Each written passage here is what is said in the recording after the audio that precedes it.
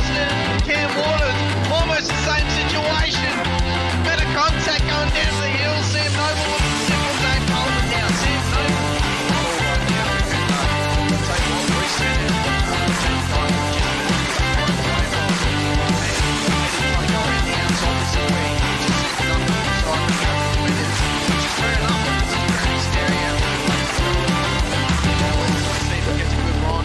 Dodds just absolute beast, but it is a really nice move. Blake Delaney had to move out of the way.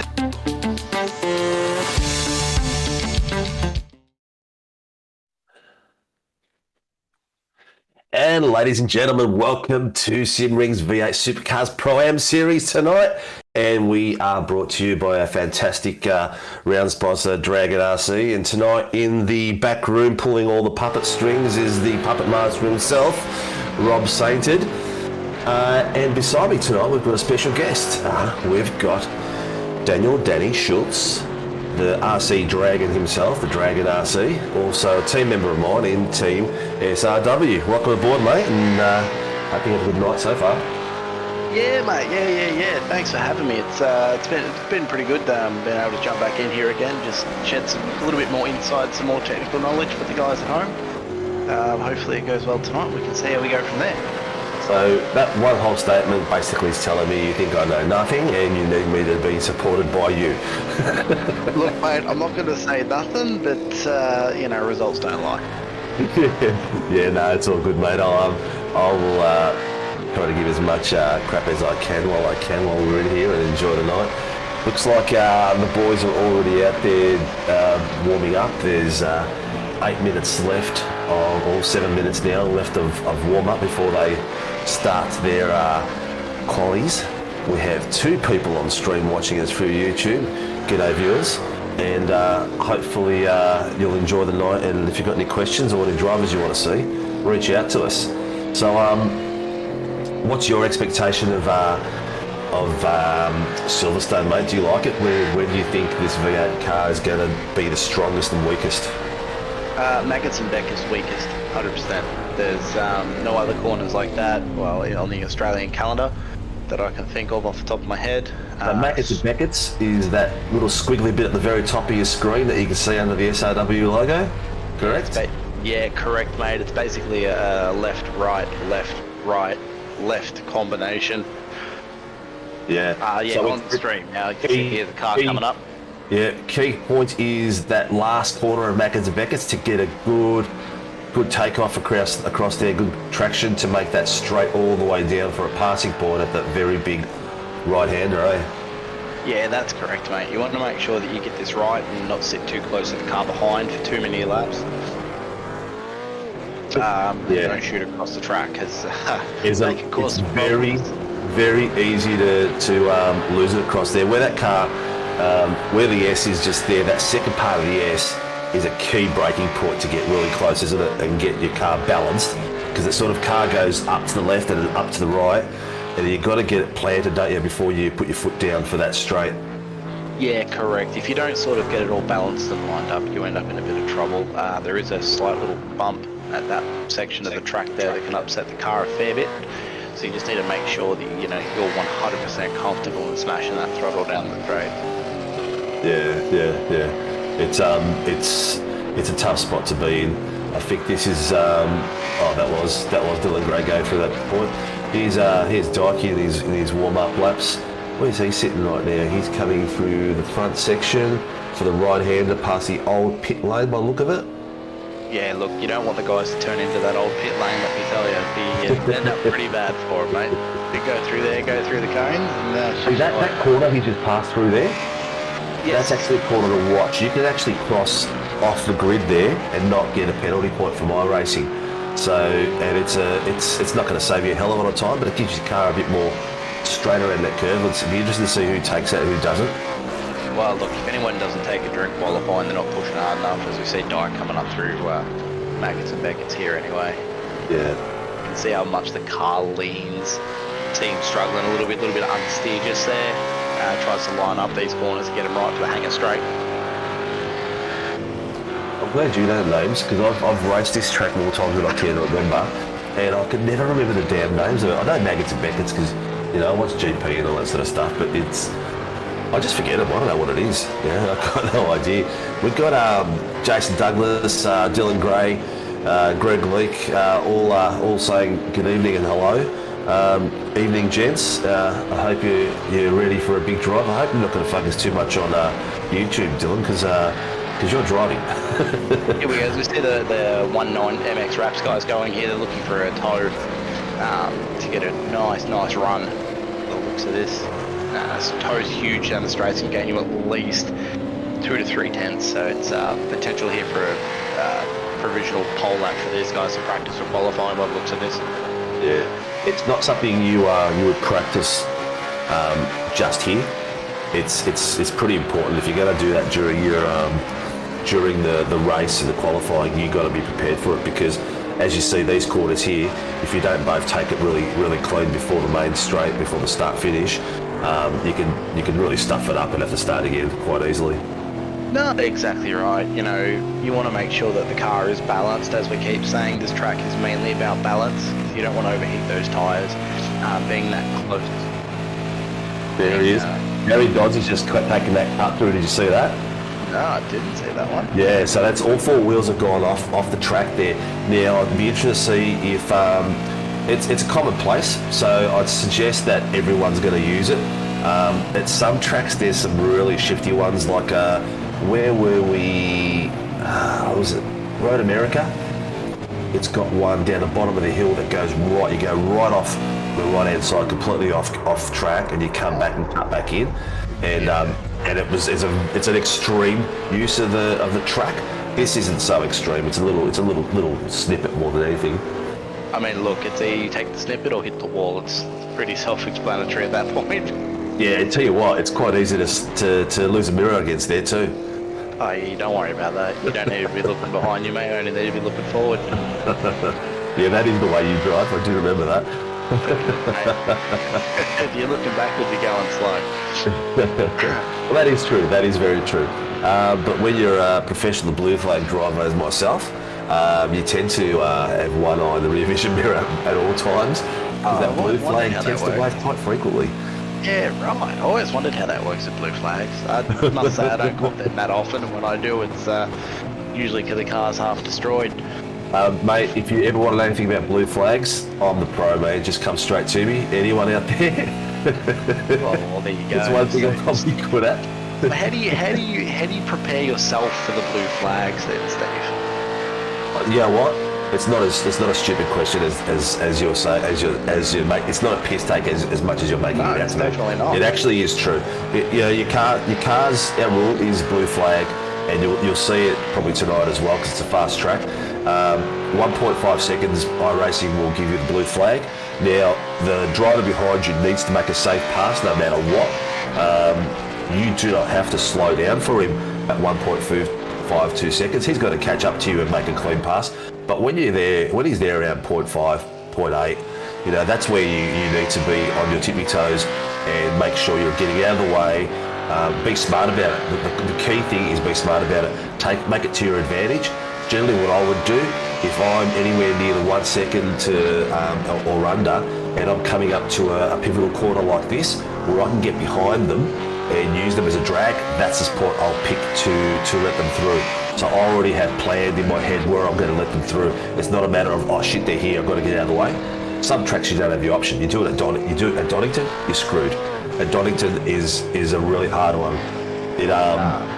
Donington pretty much near threes in qualifying this week. I fell out of sequence. I could not get a clean lap in after that. I just kept on getting out of the way. So it was a tough one. This one's a bit different. This one you've got some long straights to move out of the way, and you've got some long sweeping corners as well where you can go out wide a little bit and tuck in behind them. So you've got to be smart. So that's what I'd be doing if I was at AM. I would take full advantage of the pace of the pro cars to get away from your competitor behind you. Oh, 100%, mate. That's what I was saying. It wasn't really a piss take question. It was an honest, genuine question, because you can't just be, jerking, jumping out of the way. Someone just spun on their way out of the pit. It was a fishy car. That's not his fishtailing already, mate. It was a red fish car. I think that's who's the red fish one? That's Kirby, is it? Is Kirby the red one? I thought it was Coleman. Was it red? No, Coleman's more of an orange colour. Ah, okay. I Yeah, I'm think it sorry, might be mate, I didn't Kirby. see. Oh, it's not Kirby. Who is the other fish in the dark colour? I can't remember who it is. But anyway, it was a fish that spun. But yeah, he's down on his way out. Yeah. It is TMX. That car stands out like crazy. It does. It really. I don't know why, mate, but every time we look at the car, it's kind of like, different. You know, it's not the typical two-tone on the side or anything like that. It's a straight up annoying, like, hey, I'm here, and then look at my wheels. And they don't make my paint, but they're here. Mr. Malik just on YouTube just put in a message saying, just hold your line and double tap your brakes for the blue flag. I mean, look, that's safe Yeah, too. that'll raise a few eyebrows. Yeah, well, when I see that, I know that they're going to jump out the way. As we see the guys here fighting for position on the hanger straight to try and get that run. As you can see, Bruce Tannick's just going to go for it. He's like, I'm not hanging around. No one's jumping in my slipstream. I'm out of here. See you, boys. So this is the open. This 30 minutes is the open qualification. So the boys are all coming out. You can see on the map on the top right-hand corner, that is everyone pretty much come out, and they're all going to be now sort of trying to get a gap and get some space, get the tyres warm, get in order. I just saw in the corner of my eye, right top hand side, the 9.5 boys just changing order. So obviously one's going to go first for his hot lap, then I'll swap it over. So a few key moments we're going to see now. Exactly. Coleman was a red. Okay, maybe it looked a bit. Yeah, it's more of an orangey red. Jesus, don't doubt me. Yeah. No, well, that's not red, mate. That's orange. You're colourblind if you call that red. You call it red. No, the one when I saw it in the pits, it looked red. It did. Okay, so you're blind then. Yeah, just a touch. We're missing a few guys tonight.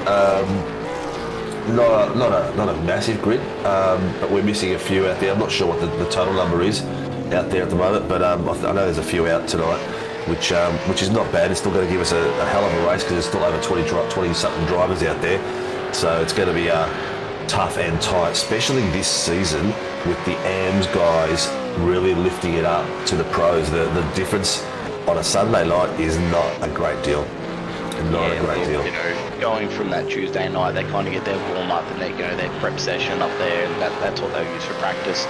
I know that some of the guys do go over their own data after the race and figure out where they were quicker and where they were slower. Yeah, correct. It's done Sunday come round, mate. The pace is right up there with the pro guys.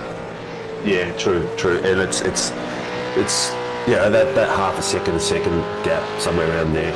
But during a race, when you're going through traffic, it's hard. Bruce has settled in nicely.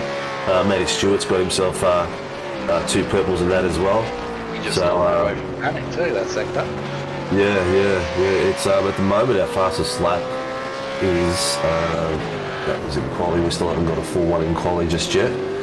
But in practice, our fastest lap was 202.246 by our race director. Dylan Gray was our fastest in practice at 202.329. Now Bruce Taddock is just Matty Stewart has just come out with the fastest. Harry Dodds has just smashed up there in the second fastest. Bruce Taddock third. DeGoey, Cifuentes, now Hayden. So the boys are all starting to set laps, but the top 4 are sitting in the 202s. Everyone's sitting outside that at this point. Yeah, exactly right, mate. You know, with your first laps, it's kind of weird because it's such a long track. You know, you don't get many laps to quali like you do, say, at Donington or say a Winton. You know, your lap times are 2 minutes here. So if you divide that by 2, you should only get, you know, out lap, in lap, fuel, cool down, mistake, maybe 5 or 6 laps. There goes Mr. Coleman. He's just saying hello to the outer edge of the pitch. The good thing about this, perfect. the good thing, and probably the only good thing about this track, is that you make a mistake, there's a lot of runoff, and you can actually drive back onto the line carefully. You don't sit there and against the wall or anything like that. So there's a lot of open space. Yeah, exactly. which minimises the risk of safety cars, which is nice. The last thing you want to do, get a strategy pre-plan. You're like, right, this is what's going to happen. This is what I'm going to do, and then bang, safety car. Numbers out the window. Try again next time. Yeah, exactly. Look, it's one of those things. Safety car's not always a bad thing. It does bring the field in a bit closer, puts a bit more mystery in the track, in the race. It puts a spanner into the strategies as well, and people have got to think on their toes. The ones that do think on their toes are the ones that benefit out of those situations the most, and that's experience too, I guess. No, exactly right. Yeah, Matty Stewart and Harry Dodds are sitting in, you've got a 686 and a 703. Crikeys. That's like two 200ths of a second apart. Don't worry about that, mate. No, off at all. Well, the boys are just starting to come down. The fish are starting to hunt. Yeah, I usually come down to, the first 10-15 minutes of this is kind of just like a, set the pace, get your tyres up, get a banker lap in. Then after you set your two laps or a lap or so, pull in, get your car prepped, drop it down to lap and a bit of fuel, and just go hard. Yeah. Like at that point, you've really got to get the rhythm in this track, don't you? You really got to get the rhythm because of the corners. You brake late at one part of it and it affects the couple of corners afterwards. You really got to get your balance and rhythm in straight away. There's Mr. Exactly Miller. right. Yeah. So who we got here on screen at the moment? We've got, can't see, it's a new black livery. Who's that? Is that Nash? It is a Nash. It is a Dr. Nash. Yeah, so he's changed his livery, so he's gone for looks like a dark purple or something. It's like Big Bang on the side of it. It looks like a video or something, projection or something. Big Bang. Look, mate, that's perfect, because exactly where that riding is actually where you need to be up to on the car for them to leave room on the corner. Big Bang B-pillar? Yep, otherwise she turns into a Big Bang. I hope there was some secondaries behind that livery. How's it going? Yes, the times are still pretty relatively close. No one's really jumping out at the moment. Dylan Gray just hit a second purple sector and he's got a green for the second section. He's just skipped in between Matty Stewart and Dodds now. So he's sitting on a 202.701. That's crazy set from Dylan Gray being in the AM. Well, he's good to get up there with the pro guys. If you have a look beside his name, there's a P, yeah? There is? Yeah, so Dylan Gray is actually a pro. Yeah, he will be. He's been moved up and promoted up into there purely because he's just he's too fast. He's come into the amateur series on a Tuesday night, and we usually give drivers three races or so to just sort of get into the pace of it and see where they're at in case they haven't, in case we feel we need to move them up or down. Dodds due to the top of the timing screen. Sorry, Steve. No, he's doing well. Dodds pulled a ripper out at 2:59. Where's that pace coming from? Mate, it's coming from that low fuel run that I was talking. Oh, someone's off in the background. Oh my God. That's Nashy in the background in that big bang car. He's kept it off the wall. It's actually a navy, not a purple. He's it's definitely just really hard to see. Yeah, we're going to have to, I reckon, at some point. I think these are morning sessions, and the lighting on the morning session isn't as bright. Doesn't make the cars pop out and shine as much. That's a good thing. Yeah, it's a good thing for the tyres, but it just looks a bit dull on broadcast. You don't worry about that till later, mate. So, I'd rather have a dull session at the start to get everyone excited so they can't see, and then boom, pops out with sunshine and it's lovely and rainbows. Yeah. And then in a couple of seasons we'll have rain. Oh, I can't wait for that. I used to be back in the Project Car days where I was competitive.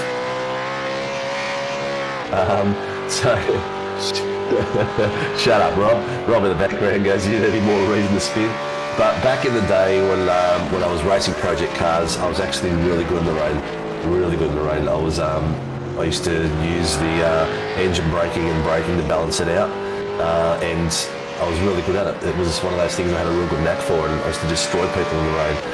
But that's a game. That's not a simulation. So I don't want to offend anyone out there that loves project cars, but it's a game. You come to this.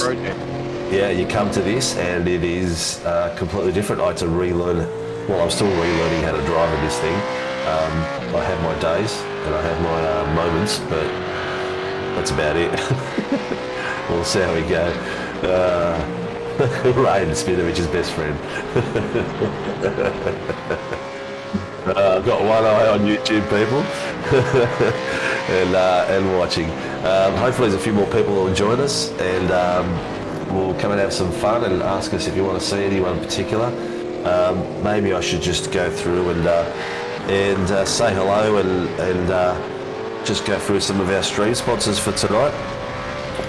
So we do have a few newbies on board as of the last few weeks. So you all know that SimRigs is now our new naming rights sponsor for the V8 Supercars. So they've come on board, and they will hopefully stick around for a long, long time. We have amongst them as stream sponsors, we've got Warren and Brown. Racecraft is our qualifying sponsor and top 10 shootout. And then we have Grim Industries, where we're actually shooting tomorrow night, episode 2 for round 2, episode 2 for this year for our review show. And after that, we've got Toyo Sim, and great contributor to our league and to what we do. Toyo Sim gear is spectacular. It is fantastic entry level direct drive system and pedals. If you're new and you're getting out there, I would tell you go for it. We had the system set up at our last trade show, and the rings went for 2 days solid and didn't overheat once. They were spectacular all the way through. Highly recommend it. They're going to be on our next show as well. Then you've got Melville Equipment, who are an industrial equipment manufacturer for railway manufacturing and a supplier to DSL. Great bunch of blokes who have been supporting us from day dot as well, so thank you, Melville. Get on and check out their YouTube channel. Gives you an idea of what the equipment is. Our round sponsor, Dragon RC, and the gentleman sitting beside me, good old Danny Shultz, is the key figure that's brought them to us. And I believe that's everyone that I've covered, apart from promo department, which is my little boys, and that's about it. Dan, do you want to tell us a bit about Dragon RC and when your next event is, when you're competing next? I think you've got nationals coming up, don't you? Yeah, so we have a state title coming up very shortly. When's that? The next couple of weeks in March. Essentially, yeah, get the boys out there. We've got one of our distributors coming down from Queensland, Black Knight RC. He'll be coming down to show some stuff. And we also just released our 2.0 30-degree north unit that's just released in the past couple of weeks, mate. In conjunction with one of our CY race engines, will be absolutely phenomenal.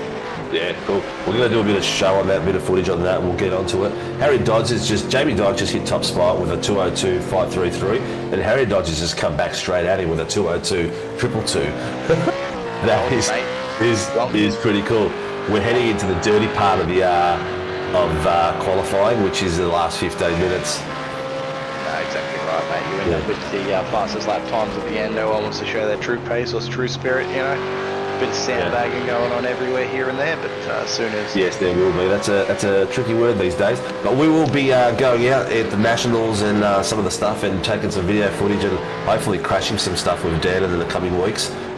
So look out for that footage. If you guys want to get into RC equipment, reach out to Dragon RC and support the community that supports us, as I always say.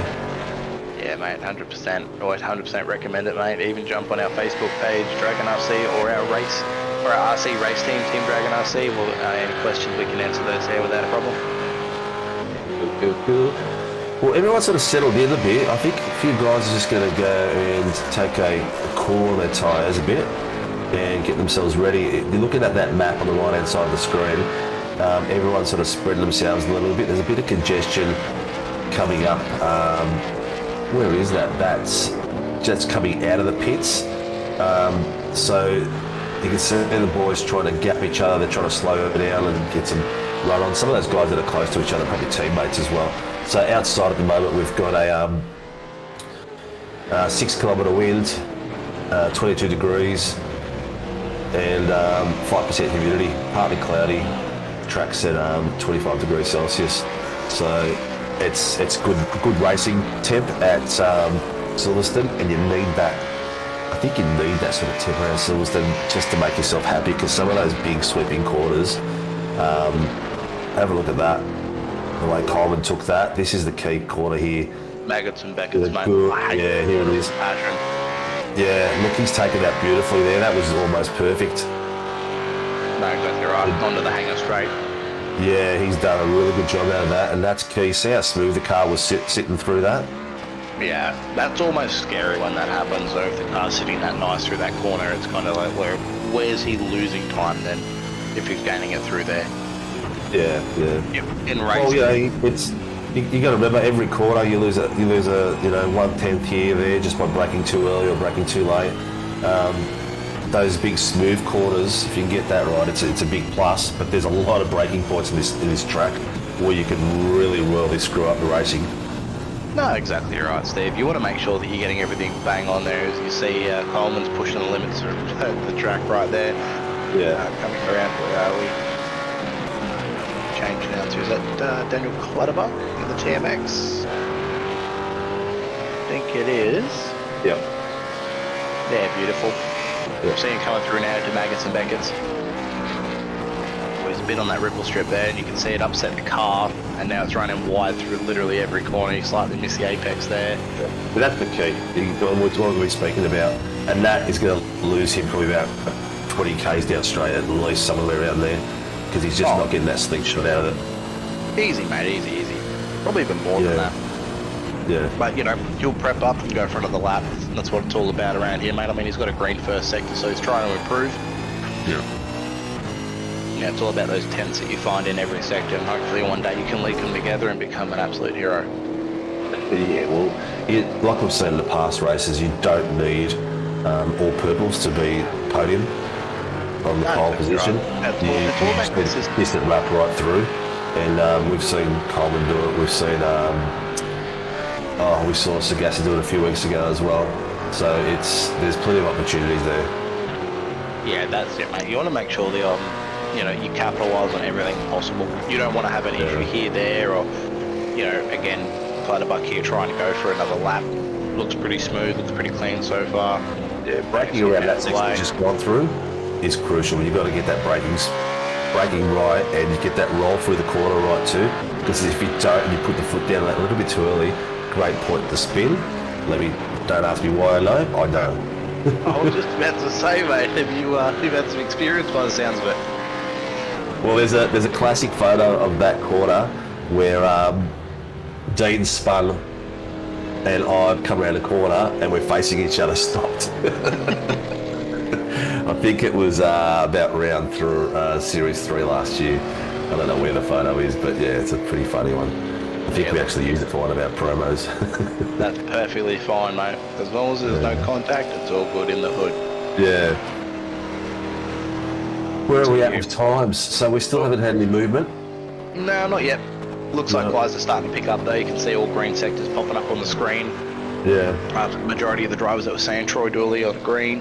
Dr. Nash, he's 2 greens, 1 yellow. Dylan Gray with a purple second sector. Coming up now into, I hate this corner so much because it just goes and goes and goes and it just doesn't stop.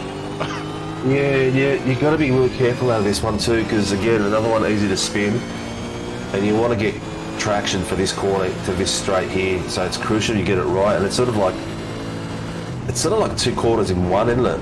It's sort of like it just keeps going. It's just forever. Cooks your front tyres, mate. That's all I got to say. There's nothing left of them at the end of that. Dylan Gray's got a second purple sector. Maggots and Beckett's perfect. Look at that. He's nailed those 2. Looking really good through here. See if he can nail this exit. That looks quite nice. You can see the steering wheel movement. He's moving it left and right. He's soaring at it. He's probably not 100% comfortable on exit there, but he's trying to get as much out of it as he can. Yeah, when you see the wheels going left and right, that there is just vibration. But any more than that, it's fighting the rear end, the little bit of traction loss that you're getting, and or the front end just sliding a little bit in some cases. I like my car pointy, so I'd rather have the rear end sliding. Some guys like it the other way around, like their rear end planted. Yeah, Eddie, for your V8. look, I prefer a really nice turn-in point. If it gets a bit loose on exit, I can always compensate for that, which is fine. Yeah. Especially It's, with cars, mate, you can fix them up real quick. Yes, true, very true. So we're looking at, what do we got? We've got another 9 minutes left. So they're going to start coming up with some bigger laps. Coleman just did a green sector. Yeah, so those lap times at the top of the board, mate, don't even worry about it. Come top 10 shootout, she will be ripping. Yeah, it's going to be interesting. The last few rounds, the times in the top 10 in the pre-qual were faster than the top 10 shootout, which was really, really different. I guess there's a bit of conservative driving going on, or just the temperature might have evolved a bit more. So it's going to be very interesting. Rack state. Yeah, looks like the Rap boys, the 9.5 boys, are giving each other a bit of a draft at the moment. So they're planning to get their times sorted now. Looks like the front car is, is that right? Wilkins? Potentially. Wilkins and 16 is Sagassa. Okay, so I think they just swapped then. But there'll be the drift, the drags will come up. Here we go, they're going down. Yeah. Those two boys, so they're trying to get up there into the top part of the shootout. So our top 10 at this point, with 7 minutes to go, is Harry Dodds on a 20.02.2, Jamie Dyke on a 20.02.3, Matty Stewart on a 2.24. Oh, someone's gone and fished it. Bruce Tannock on a 22.6. Troy Dooley at a 20.02.8, and then from there it goes to Chris Miller at a 203, Coleman 203, and Noble 203 for our top 10 with G. Wilkins. Coleman's at 3 green sectors. Well, he's coming out hot as. That takes him all the way to P6, there you go. P6, yeah, so 202.796 for Dave. I'd say now the tops are going to start dropping. Oh, mate. 8 minutes left. You set your bank up. Pretty much know where you stand. Just hold the thing flat and hope she sticks, mate. Yeah. Nah, I love this, mate. I love watching these cars. I love watching this Mustang in the braking zone. Just watch the front end just drop. You know, it's absolutely phenomenal the way that these guys have set these cars up, especially with the rebound stiffness around here. It seems pretty smooth, but you also want to, you know, have that bit of extra built in, just in case you hit that curb or, you know, just like here, the rumble strip. You want to make sure the car can absorb that and you get maximum traction. Last thing you want to do is have the thing bounce, and that's it, you lose everything. Well, just for the viewers out there as well, just like in the real world, when you're coming around a corner, you're balancing your car with your brakes, just like you do in a real car. So if you come through halfway through a corner and you release the brake really sharply, what's going to happen is your front end's going to lift and you're going to lose traction in the front end, just like in the real world. So in the real world, you're going to hold the front down with your braking, so keep the nose down and planted. And the same thing you're going to do in these cars here. So it's you'll see real world drivers come in here even with no experience, and they'll just be unbelievable. Sam Christian's a perfect example, our teammate in the Toyota GR86s. No idea about sim racing setups and how it works or anything like that. We had to help him with crew chief, and you're doing all the help anyway. But the guy's fast. He's got natural speed because he knows how he wants the car to feel, but he's still trying to understand how to do that within the simulation. So it's the correlation between real world racing and here is pretty close. It's pretty good. No, exactly right, mate. As you can see here, the three guys on track. Mate, they've done this, looks phenomenal. All three of them, all the same team, all giving each other a tow, pulling each other along as fast as they can. Dylan Gray set a purple sector, green sector. Where's it going to put him now? Yeah. Can he lift himself up? Yeah, he's going to go Can he go? straight to the top. Oh, P2. P2, yeah, 2:02.330, 22.11 second. My suggestion to the 9.5 boys is either change the roof colour for the different drivers or the tail so that we can see who's who. 190MX wraps I'm talking about, yeah, 190MX wraps, because it's really hard when the cars are all the same colour. We'd love to be able to know just by looking at the stream who's who, like we do with the Fishy Boys. We know who's what colour.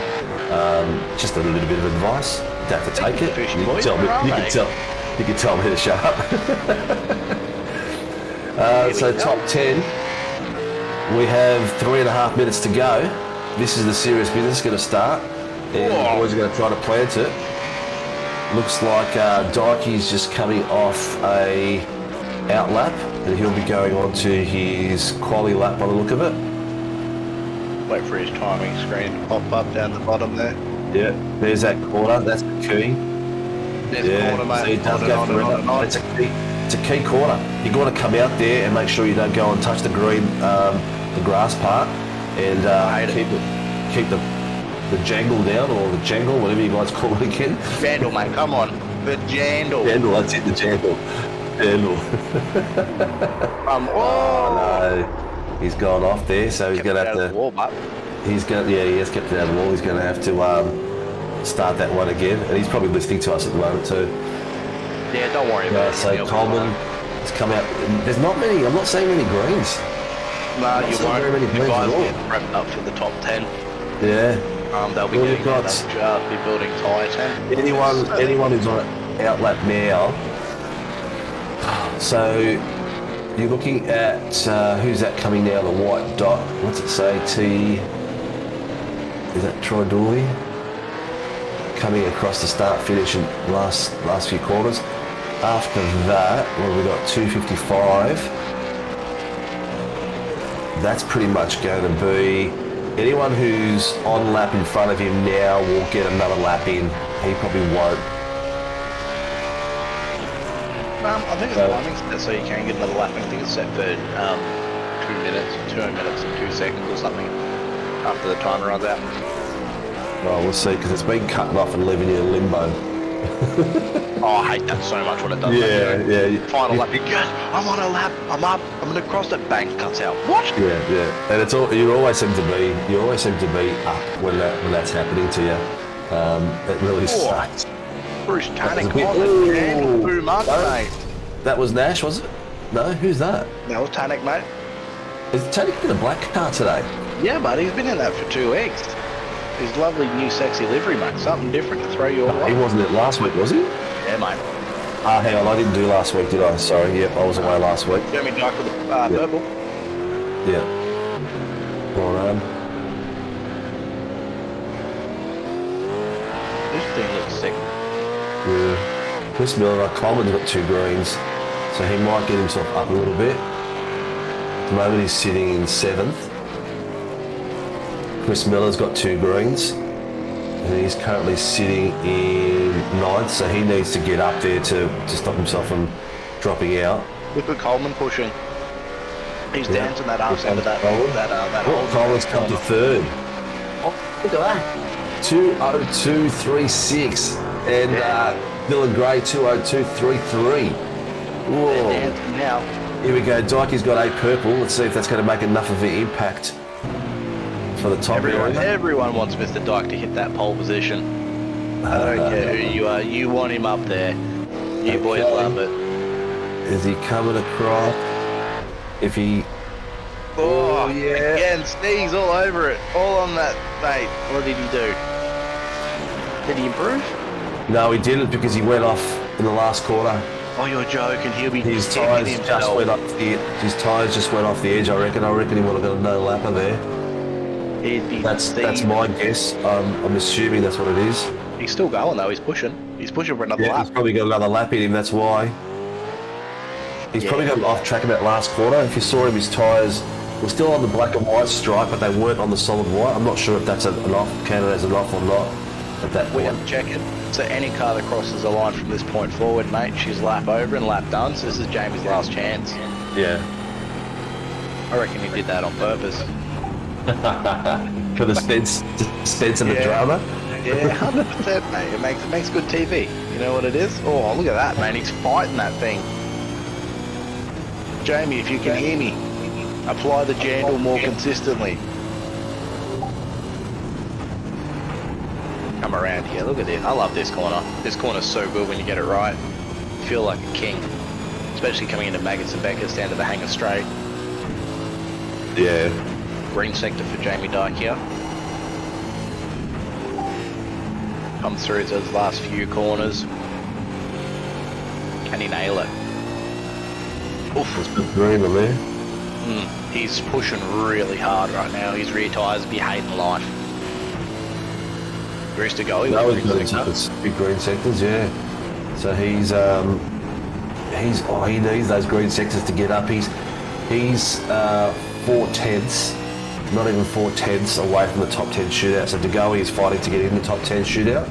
It's all going to be in his last sector. There's the last two cars left. So this is Jamie coming around the final corner. He's not happy with it. He's backed out of it. So he was massively up and he's playing that game. I don't know. Here goes DeGoey. Let's see if he can get it. Oh, it might have cost him some time. That's gonna... Yep. Here we go. Let's see if DeGoey can get into the top 10. No, he doesn't improve. Oh, that's What a a shame. game. 203 for 538. So, ladies and gentlemen, our top 10 shootout drivers for tonight currently in pole position is Harry Dodds, which is pretty impressive. Harry, well done. Followed by Dylan Gray on a 202.3. David Coleman in third place, 202.36. Jamie Dyke in fourth place, 202.37. This is how close it is, people. Matty Stewart in fourth place, 202.45. Brian Sagassa, a 202.5. Bruce Tannock, 202.6. Chris Miller, a 202.7. Troy Dooley, which has just gone off my sheet. Let me just flick that back.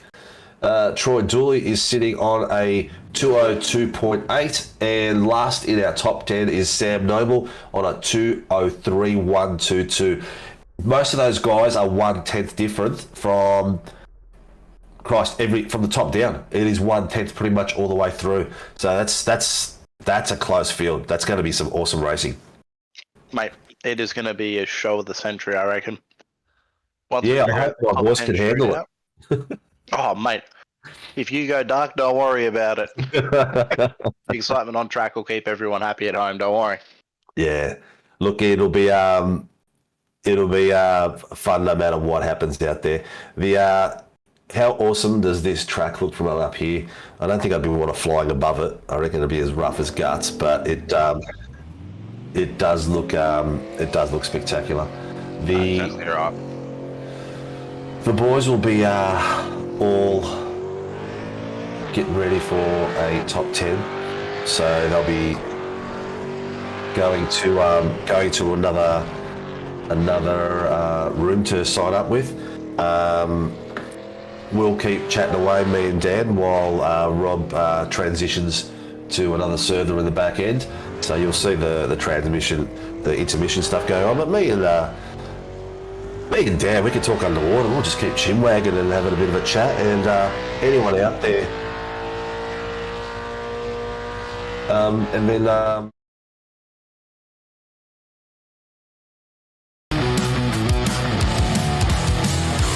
Swap over, we'll keep chatting. Alright, so we are going to be good. We are live still, fantastic. I'm going to drop out of the session as well because I want to see these boys on my other rig racing as well, because it's fun to watch them on both, just like probably some of you guys are watching it from sitting from the rig. We've got the viewer number is slowly creeping up. Like, subscribe. You've got the opportunity to win a racecraft rig and seat worth the value of $1,800. If you've got family, friends that are casual racers or whatever, get them to join in so that you can win it and take it off their hands. Get people to subscribe. We're trying to get to 1,000. As soon as it hits 1,000, anyone within that number one subscription all the way to our 1,000th subscription can win this prize. And it's not a small feat, it's $1,800 worth of some amazing kit. Racecraft rigs are one of the best in the country. They're Australian made too, so you got to get on board for that. Right now you're probably looking at the commercial I created for RC Dragon and watch them sliding into the wall and then taking off. These things look like real cars. They're not. They're RC cars, so they look pretty spectacular, and they drive pretty much like a real car, don't they, Dan? No, exactly right, mate. You got to play with your suspension, with your normal road car or whatever to make it go quick around the track. You'd go 1, 2, 3 rotations. With us, we're dealing with quarters and eighths of rotations to make a difference. Yeah, it's I guess it's nowhere near the level of my 2.5 gigahertz 3 AA battery little thing that drives around the house for my little 3-year-old. Mate, I reckon this thing and eat it for breakfast.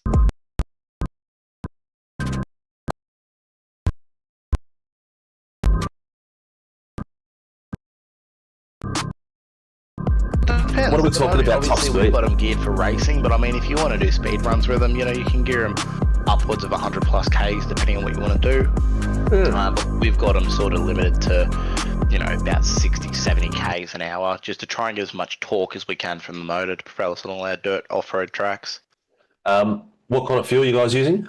2-stroke. Can't tell you the secret blend of 2-stroke oil we used. It's a race secret, that one. So the reason they use 2-stroke is because the engines don't have oil pumped through them. The oil in the fuel does the lubrication of the heads and the cylinders and the pistons. I know this because I have go-karts, and it's the same sort of thing as well.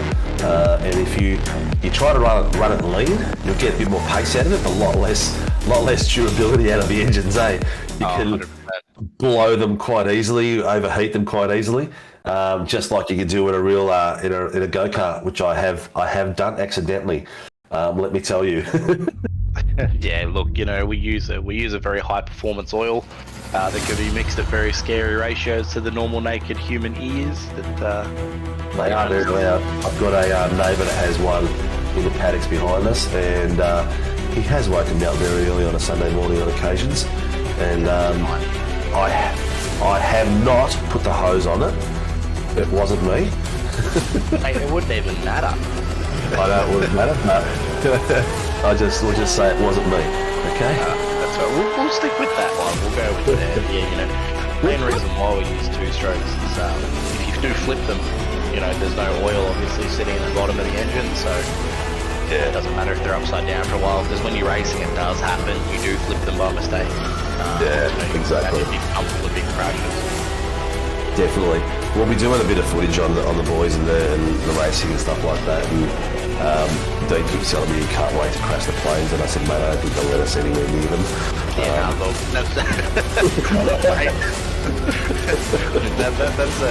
we might let you near a turbine, but that's about it. We've got Mr. McAvoy in the room with his microphone silent. You want to unclick that mic, mate, and tell us how you thought the session went so far with the top 10? Session went pretty well. No dramas at all. We've got one real good following from last week.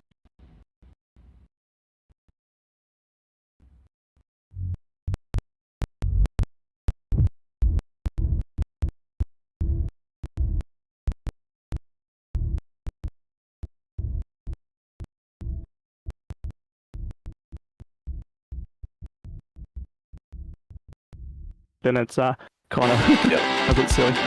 Tell me, last corner, before that little kink on the right hand side where everyone takes that sort of that little bit of extra off track, that's just generally looked at as normal part of the track. That's not like a Van Gisbergen sort of moment or anything like that, is it?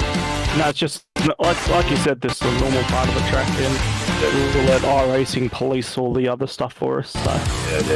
It's not like what track was the other one we were at? Was it Road America? Was I right there? It was Road America. So it was where the left hand turn, and you can take the liberties all the way off to the right. it was Hockenheim. I'm talking about the Formula 3. I don't think you got that right. Yeah, And yeah. they were using the extra bit of track to slingshot their cars down the straight. Yes. We've seen it at a couple of tracks actually. I saw it. I noticed it the first time last year in the Porsches.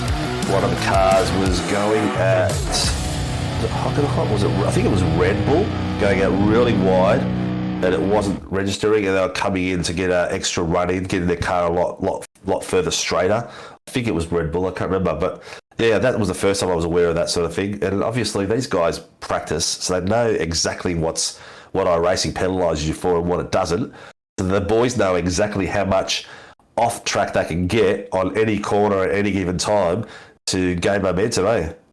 Yeah, and the best track, and it's like the only Australian track, the only track on iRacing I know that can actually police it is Bathurst. So if you use that little bit of exit on the hell corner, the last corner, to slingshot yourself, you will get a slowdown. Every other track, you don't get a slowdown. So maybe iRacing needs to go to Bathurst and rethink their data. Wink your face, iRacing, and if you're listening, because you might need to bring that back in.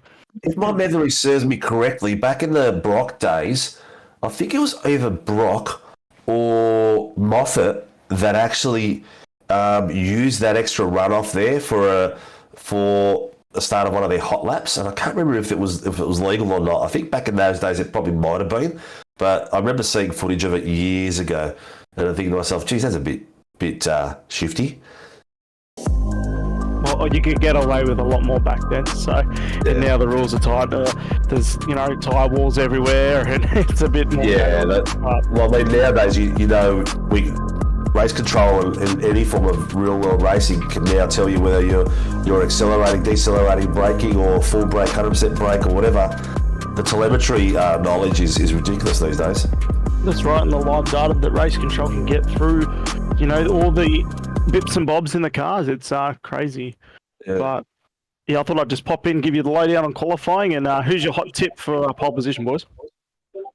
I'm gonna stick my neck out and go with Dylan Gray. Doing great.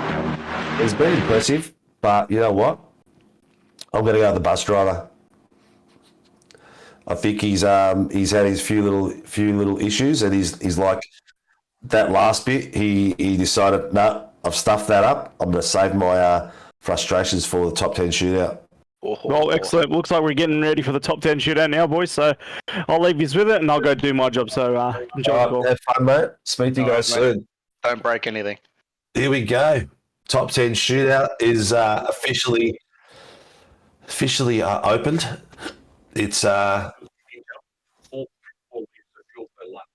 whoa. So our puppet master in the back has just told us there's 4.4 litres per lap of fuel consumption in these V8 cars. Now that will be the same for the Holden, which is doesn't exist anymore for all your Holden fans. Suffer. And for the Ford. So there is rumours, by the way, of what I'm hearing is that maybe by some stage by season 2, the next gen. So hopefully by season 3 it'll be available. The next gen V8 supercars will be available to us on iRacing. So look out. Yeah, look out for that. I reckon it's going to look amazing. The Chev and the Mustang on track. They're going to be nuts. It's going to be so much fun. I reckon So the boys, they're all logging into the system. It looks like Sam Noble's ready to... Yep, looks like Sam Noble's ready to come out.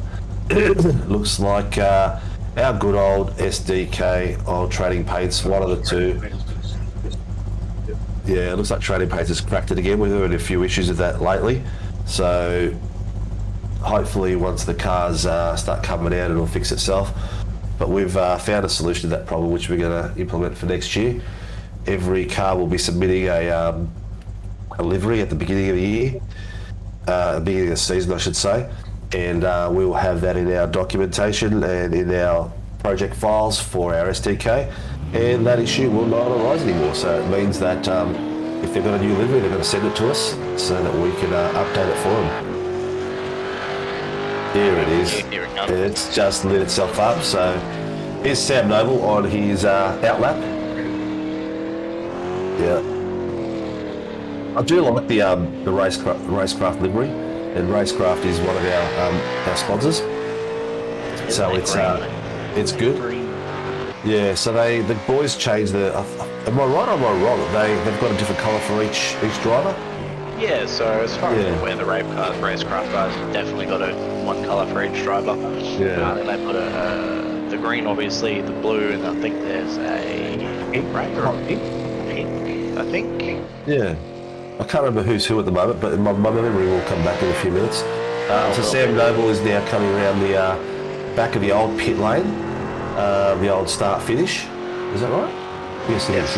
Yep. Had me confused for a second there. This corner's pretty critical as well. The way some drivers, I've seen some drivers come here, like Matty Jones is a perfect example. I've seen him come through this whole section here without using the brakes and going through top gear.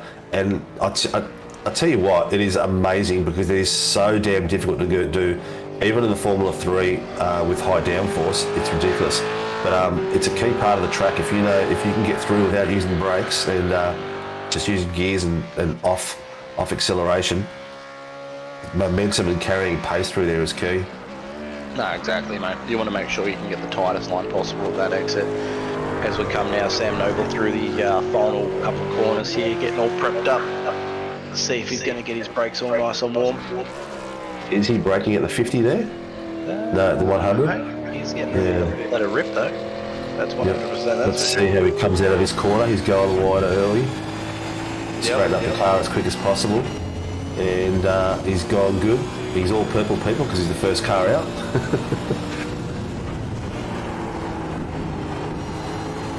Here we go. Let's watch how smooth he can take this.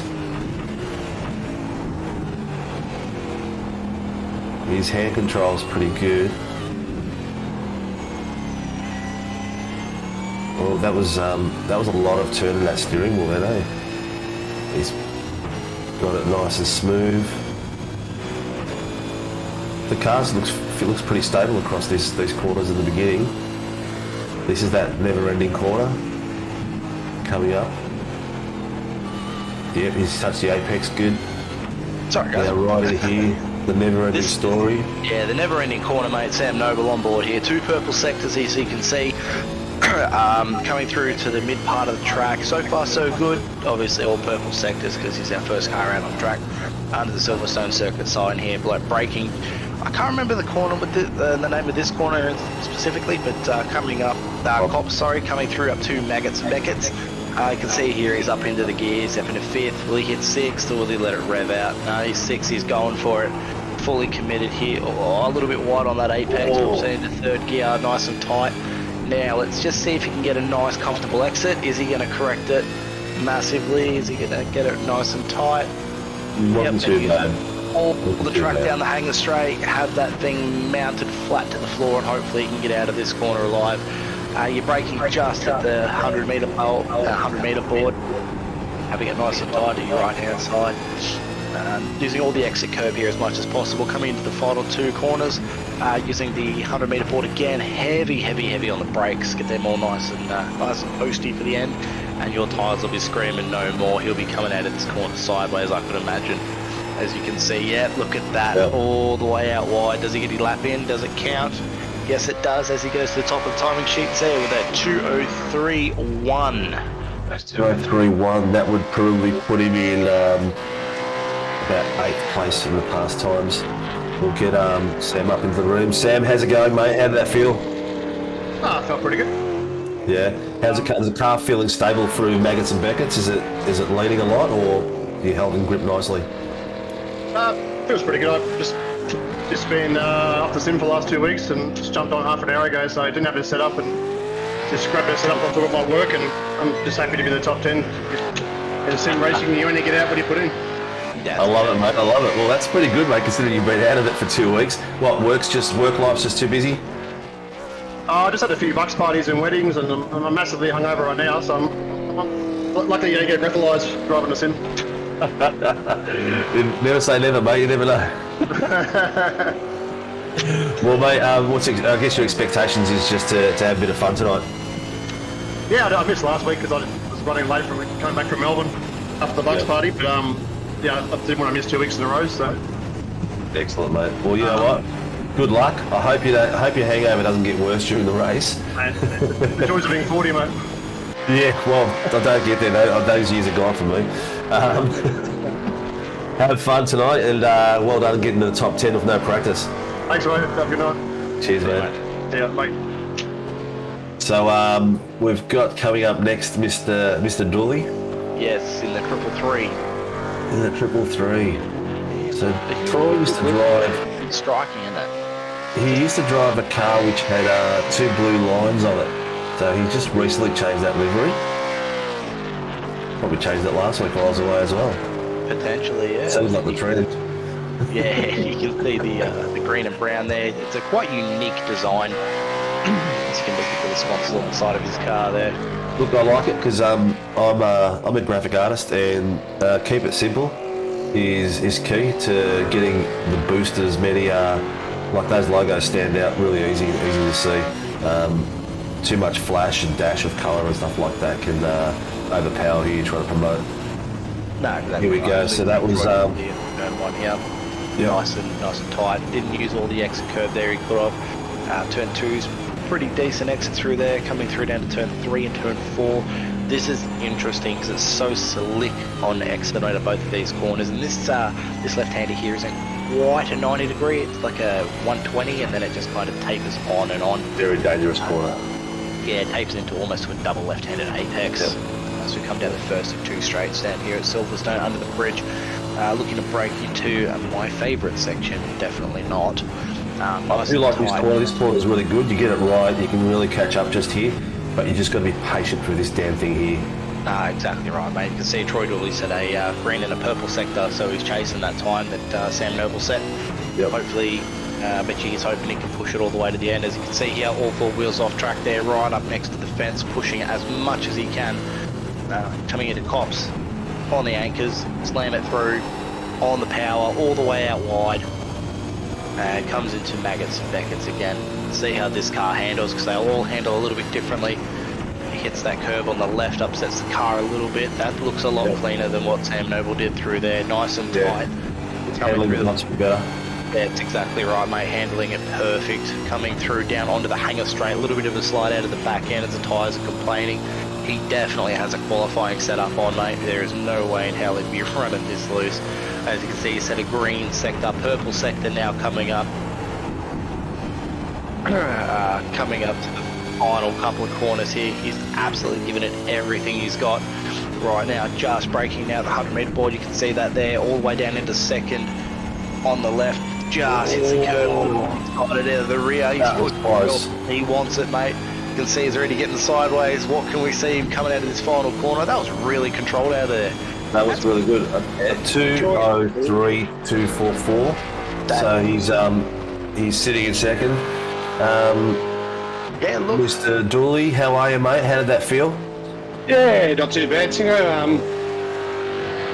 Could have done better, but yeah, no, happy, no off tracks. It looked smooth, mate. It looked very smooth from where we were sitting. The car's handling the bumps really nicely. Yeah, got it probably a little bit softer than probably should have, but yeah, it's handling nice. I'm pretty happy with it. Excellent, mate. Well, you're sitting in currently in second. The times at the moment are in the 2:03s, so it looks like about a second slower than what we did in pre-qual, which I'm seeing the trend over the last few weeks as well. So, mate, you're in the top 10. Doesn't really matter, does it? I'm pretty happy. I'm sure the big boys are going to do a lot quicker than that. Yeah, happy with where I am. Strategy for the race? Just stay on the track, stay on the bike stuff. Don't crash. Yeah, absolutely. It is one of those tracks that you just need rhythm and patience with, isn't it? Yeah, that's it. Yeah, it's a good track, and it's a long race, so slow and steady. Yep, that's it, mate. That's all you can hope for. Well, mate, you know what? Good luck. I hope the rest of the afternoon or the rest of the evening goes well for you. Cheers, mate. Thanks, guys. Right, take care. Yeah. Dan, I can talk all night, man, so by all means ask any questions you want from the drivers. Just tell me to shut up, because you know what I'm like, mate. Talk underwater. Oh, mate, I know. Don't worry. I know all about it. Pick up here. So we can pick up Chris Miller, I'm pretty sure this is. The Monkey it is Miller. Chris Miller.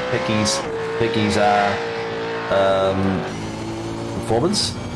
He said, with that, mate, I said this last week, I'm going to say it again, that 666 number, mate, I'll tell you what, it looks like death. Let's see, purple second. Oh, he's got a green and a purple, well done. Yeah, mate, he's looking forward for this one. He's going to bring that Grim Reaper out on everyone. I can see it happening. It's a corner that just goes and goes. Everyone loves it. So, You reckon he's the devil spawn, do you? oh, mate, judging by the way he's driving at the moment, Yeah, yeah, you're right there, Rob. The puppet master in the back said he needs the Grim Industries logo on there. It probably would suit the 666 quite nicely. I reckon it would there, mate, 100%. Coming through cops again, maggot. You know, the more we look at this track, the shorter and shorter it gets, I swear to God. I swear. Yeah, it is feel that way. So he's done a green sector from the other side. Maybe in the next Maggots and Beckett's, the puppet master can show us from the outside. I want to see how these cars are handling these bumps. It looks like that looked a bit rougher than the last two. That looks stiff. Even coming through all the other corners. I wouldn't be surprised if he starts losing the back end coming out of the hanging straight just around this one here, the other green sector. Wouldn't be surprised if it starts stepping out on him as he puts down the power now. Coming into the air, there you go. See, just a little bit. Coming in, bang on the brakes. Down into second. Let's see what he can do through the final corner. Can he nail it? Can he put himself? Oh, it's going to slow him down a bit going over that. He's all over it. Much. He's on it. Can he do it? Or did that count? All greens, 203. 203, what is it? I can't see it from my screen. 2036, 203504. So Sam Noble's still sitting on top. You there, Chris? How you doing, mate? You still got the mullet on? Certainly do, mate. I love your work. We were just saying that you could possibly, with your 666 number, you should be looking at getting Grim Industries to sponsor because they've got that skull in the front and looking really cool on your bonnet. Yeah. Well, I'm hoping it's a lucky number, but it hasn't turned out that way. I don't know about that, mate. The Grim Reaper seems to have his knife out all the time. Cool, mate. Yeah, not too bad, mate. I think this is a third race I've done here, so pretty happy. That's Yeah, pretty you've good, been a mate. busy man. What's that, sorry? So you've been a busy man. Yeah, something like that. Yeah. So is this one of your favourite tracks? I don't know. Don't know. Fair See how enough. tonight pans out. I just run around. Well, I beat my personal best by 2.5 seconds tonight, so there you go. That tells you how many times I've raced here. Oh, well done, mate. That's really good. mate. That's really good. Too easy, mate. Really good. That's impressive. We'll leave you to it. As long as I keep the shiny side up, I'll be happy. 100%. Yeah. Hey. I'm sure you will, mate. Good luck tonight. Have fun. Thanks, boys. As we're on So- now with the Bruce Tannick on his hot lap, pushing as hard as he can. We all know how excited he can get and how much jandle he loves giving it. As you see the first purple sector there. Looked, oh, that was close to going off circuit just there. Jesus, he's pushing hard. And the Bruce green does sector. like to push the edge. Oh, mate, he pushes it everywhere. Yeah. He's nice and tight through here. It actually looks pretty good through here. This car's looking the best so far. Just hopefully he's That right looks foot. actually fast. That looks fast through there. Hopefully his right foot thinks. Yeah. No, we're Yeah, that'd looking be pretty great. good at the minute. As we come around here through to Cops, we'll enter the Maggots and Beggots complex, and hopefully the cameraman behind the scenes can flick us over to the outside so we can see how good this car rides everything. He's As we looking come- really smooth, dude. He's looking really smooth. It is. Here he comes. You can see him up there in the back, the left, the right. That looks pretty clean to me. Coming into the left again. The car looks a little bit stiffer than what he'd want ideally. Coming through, nice through there and back on board. He is at the limits of the circuit everywhere, using all the track and then some. Yeah, that Coming was, down the hanging straight, 2 green sectors, 1 purple. Is it going to be another purple through there? Because he seems to like that corner. It looked quick. Another green sector. Coming into the final 3 corners of the track now. At Silverstone for SRWTV, Bruce Tannick is pushing the limits here. He's the 4th driver out on track, and so far we've seen the numbers that we've seen in the pre-quali not happen. Can he change it? That's going to cost him some time over that big, large ripple strip. As he's pushing it, he's on the limit there. Bit of a snap, crosses the line with the purple sector. Where does it put him? P1 for Bruce Tanek. Well done. Good job, mate. That's P1 so far, bud. Provisional pole for the moment. You're 4th person out on track. How was your lap? Yeah, that was good. I chucked the quali sit and then I was stupidly driving around on the race sit in practice, so that felt a lot more planted, yeah. No, that's fair enough, mate. Nice. How'd that jandle go for you? It's getting there, yeah. It is. Just hit that horrible red sausage at the end there, lost a little bit, but other than that, it was pretty clean. Yeah, we I was about to say that sausage got a little bit nasty on you, but it didn't really affect you a hell of a lot. I've got a question for you. Sure. Thursday night, what are you doing at 7:30? Thursday night.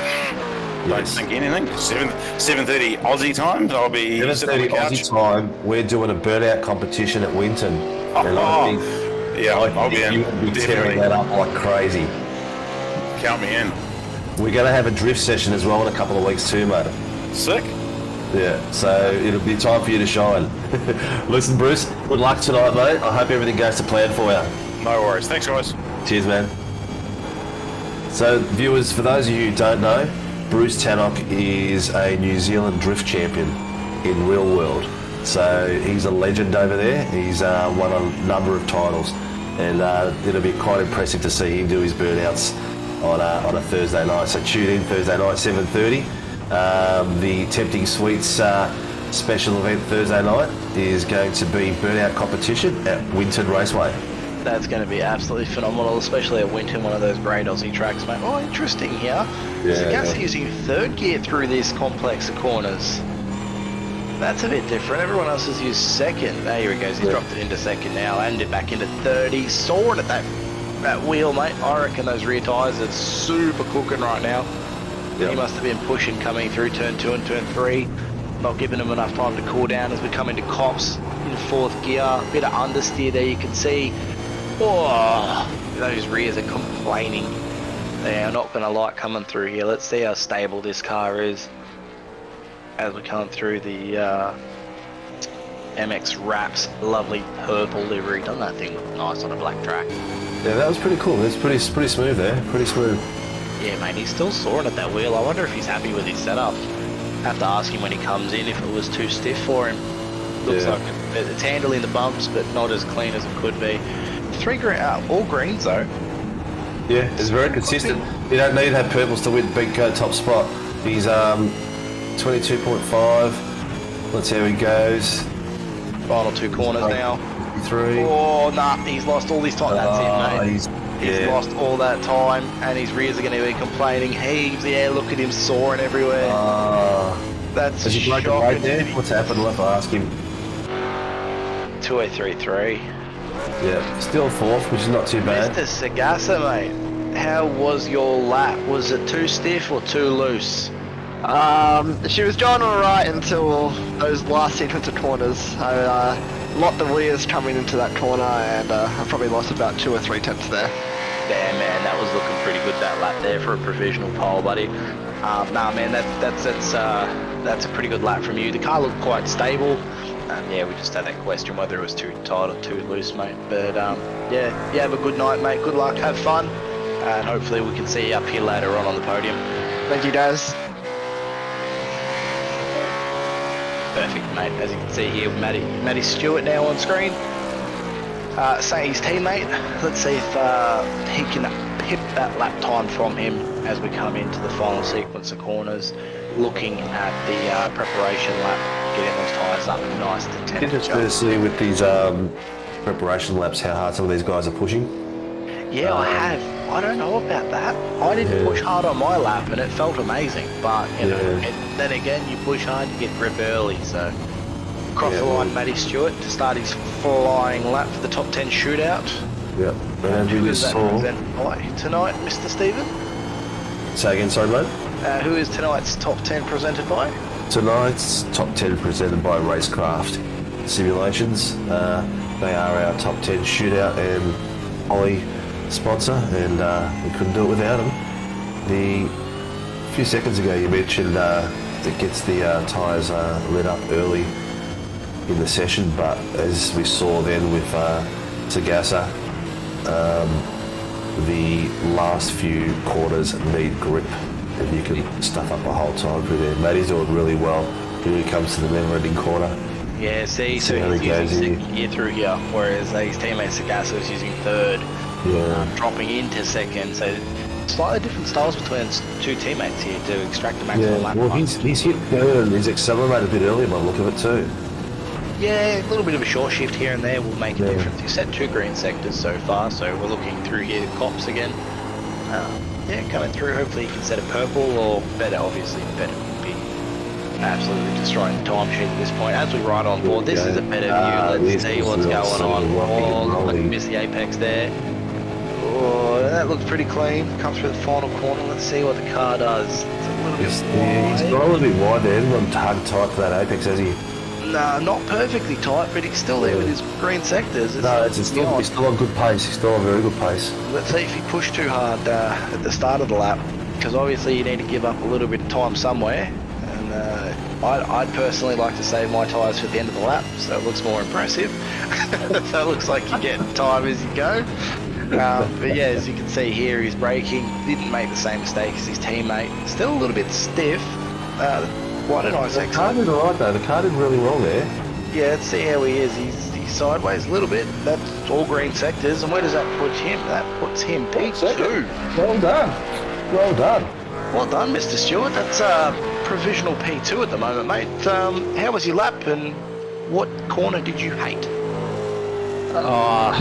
Yeah, it wasn't too bad of a lap, mate. I'm just mainly trying to stay on the track and not getting off track so I can set a time, to be honest. But yeah, it's pretty tough around here. I find the understeer can be quite bad at times. A lot of patience on the throttle and that, but yeah, I don't know. Happy with that. It's a long race, so yeah, sitting P2 at the minute. So yeah, pretty happy with that for sure.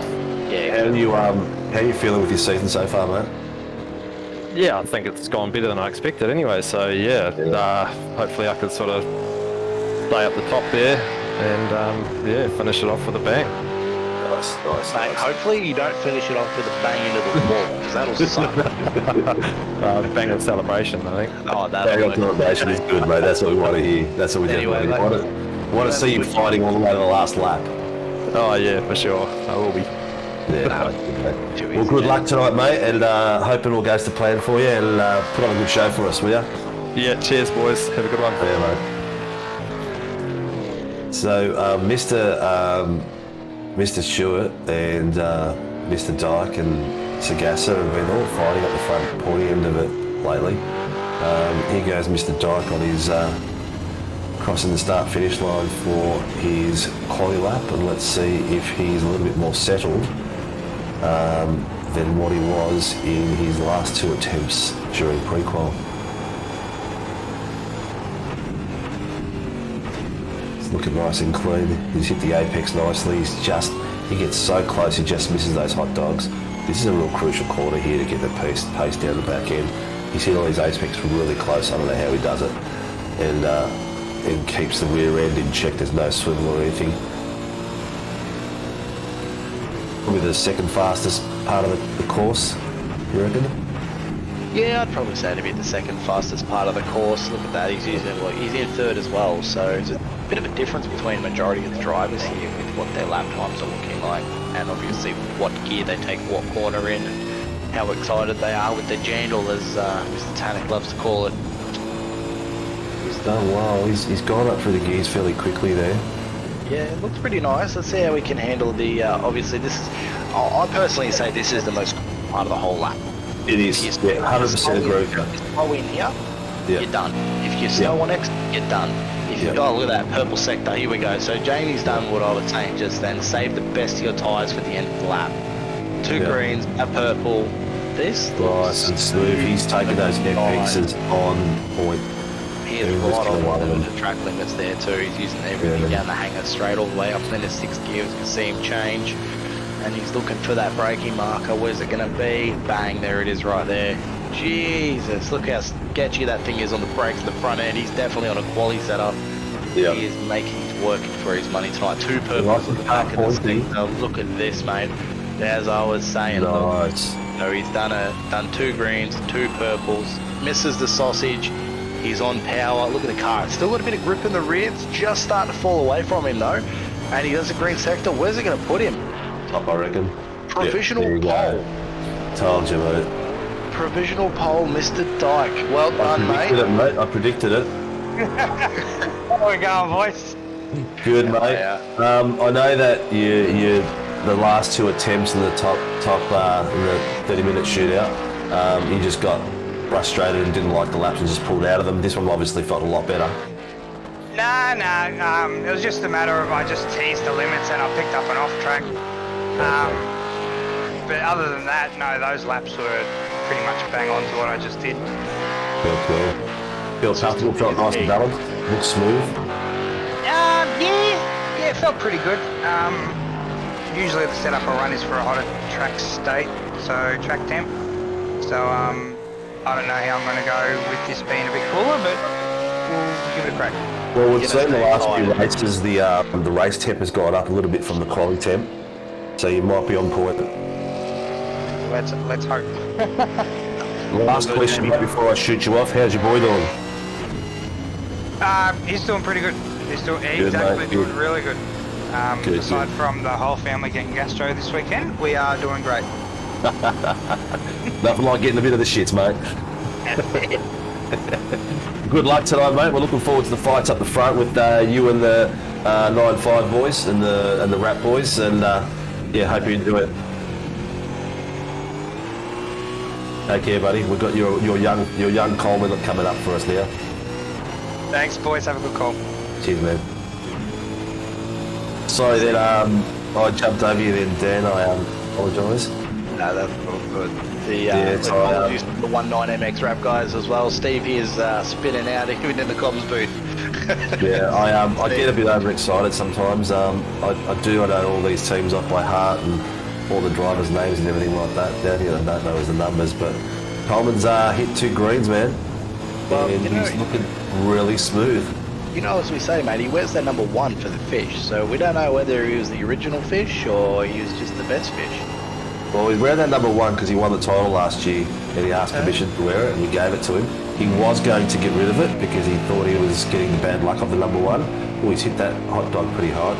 Yeah, he's in it. He's into it. He is Yeah. into it. Look at this, mate. Look at that ladies breaking to the final corner here. Smashes it on the power all the way to the left-hand side of the track, using as much as possible all the way into the centre, trying to extract as much as you can. When you're on the straight, you just hold it flat. There's not much you can do apart from nail that gear shift. Nail that shift. It helps you so much. It'll gain you that crucial 10th. You can see all green sectors so far. Is he going to set a purple one? He's fighting the car a little bit. I don't think he needs to, man. He's going to be sitting in first or second with this lap. It looks like he's That's pushed looking- it a little bit too hard, too early for those tyres, mate. They're starting to go away too early. You can see here, you'll see out of the final corner what I mean. He's soaring at it. Absolutely soaring at it. 2021, what's in P4? He's in P4. P4. At the pointy end, and he's going to be loving it. Mr. Coleman, how was that? Bit average to be honest, but it wasn't an off track, so I'll take it. I would too, mate. Especially that I day. love your enthusiasm sometimes, mate, when you come in here. You got to win it or win it, mate. Like, I don't want to be fourth. I'd rather be first, but I'm quick guys at the night. Yeah, are you expecting a tough race tonight? Because it looks like it's going to, the times are really, really close. I think it will spread out a little bit, to be honest. Give it 10 laps, and I think it will spread out. Fingers crossed as a safety car or something like that. Who's stopper? Keep it interesting. I haven't looked that far yet. I did scops earlier, so I've only done about, I think it's about my 11th lap or something, so... Alright, cool, man. Well, you know what? Good luck and enjoy the fight out there, dude. Thanks, mate. See you, boys. See you later. Mr. Gray is coming up to his, he's slower right down here. Yeah, he's getting prepped up, ready to go. He's warming his brakes up there, isn't he? And his That's tyres right, mate. using the old brake and heat technique. 100%. Oh, he's giving it a bit of a wiggle too. Yeah. That's been the most, that's been a different approach so far compared to the rest of the guys. The rest of the guys have gone in with a really aggressive lap. He's gone slower and more traction related, heat related, looks like. I wouldn't be surprised if he sets the first couple of sectors purple and then dips off, to be honest.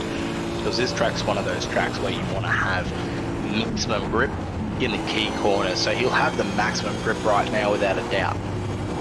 Coming into the final sector, he may run out through, obviously, Pops, Maggots, Beckett. You can see here how sketchy he is on that wheel. Oh, that's a little bit of a scruffy first sector from Dylan Gray. It's very unusual for him to be in sorts like this. I think he just, that hot dog just in that corner was pretty aggressive too. I think that hot dog, he just hit it a little bit too hard. Yeah, well, as you can see at the green sector, that's a purple. Yeah.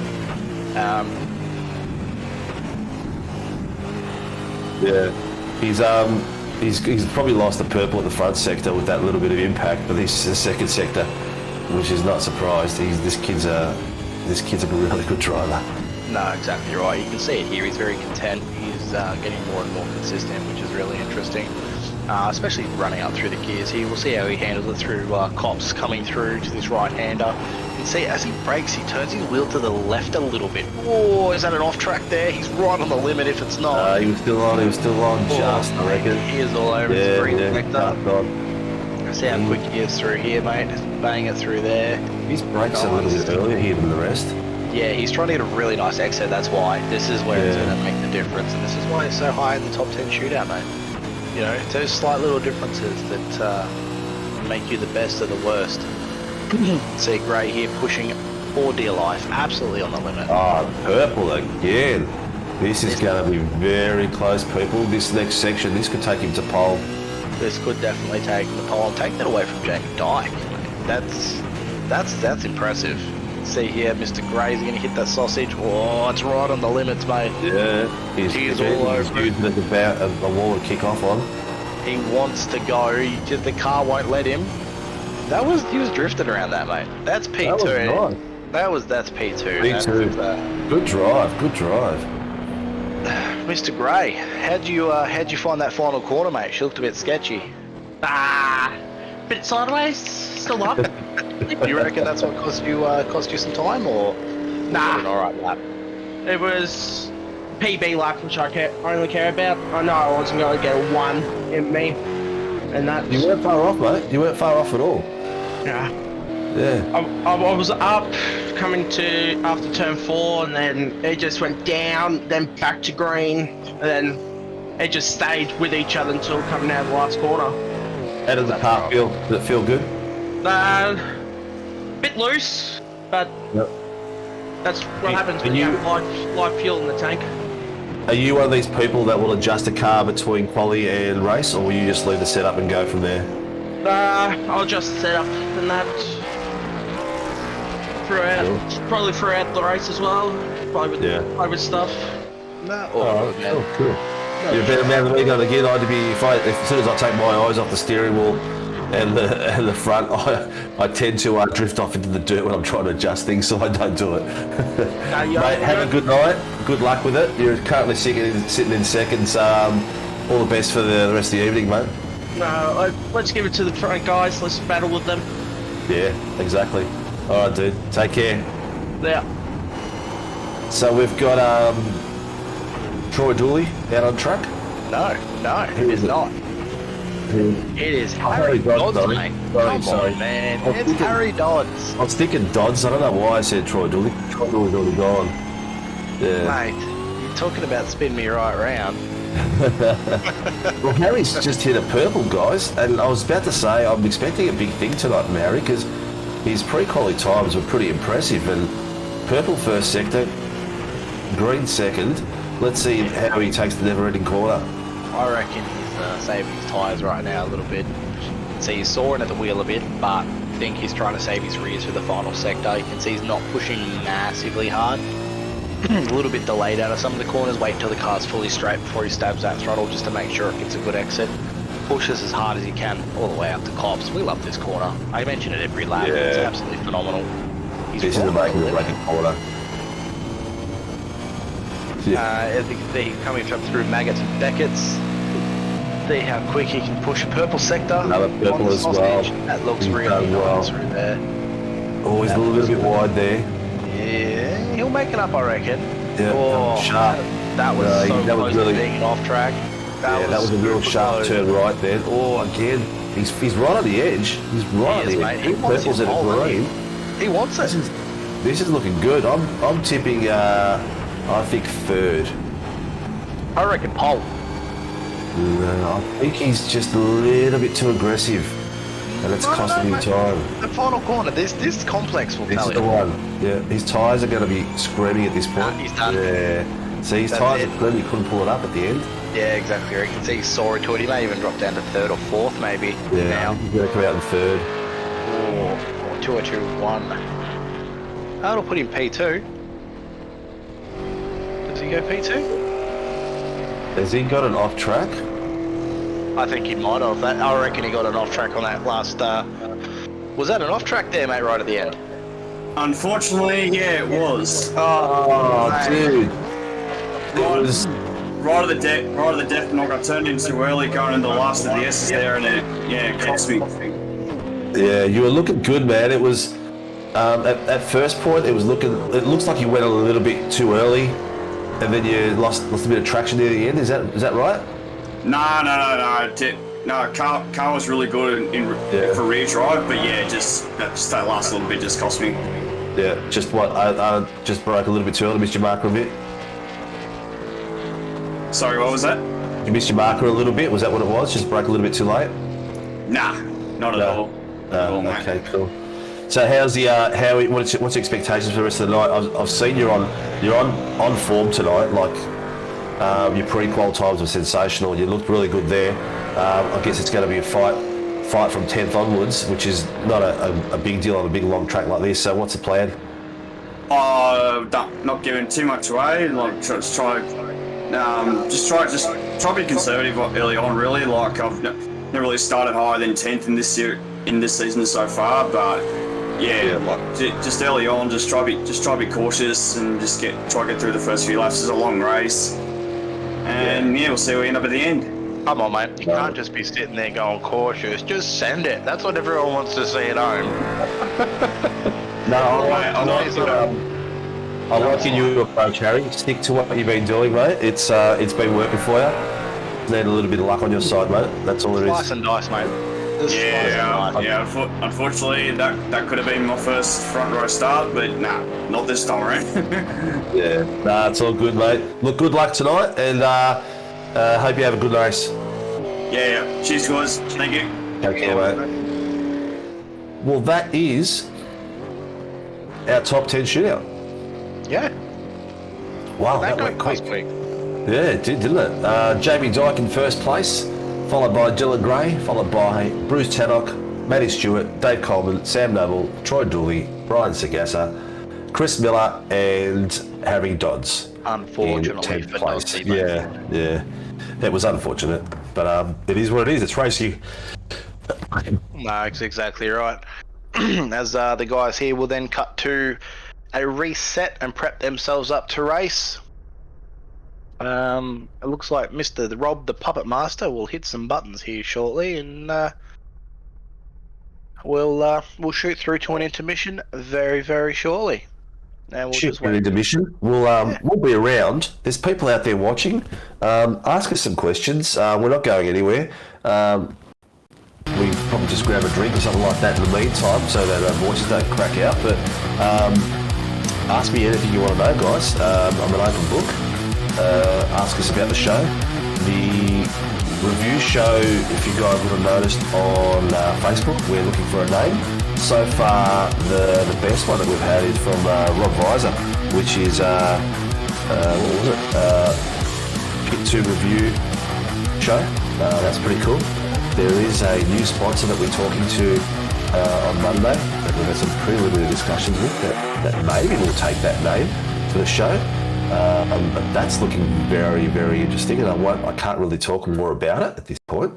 But every week I'm talking about someone new, I guess. The latest has been Sweet Tempting Sweets. I keep calling it Sweet Temptations because that's what life is, but it's Tempting Sweets, who have jumped on board for our Thursday night events night, which is, I can't wait to see Bruce Tannock out there doing donuts, mate. Are you going to come out and have a bit of a donut session or what?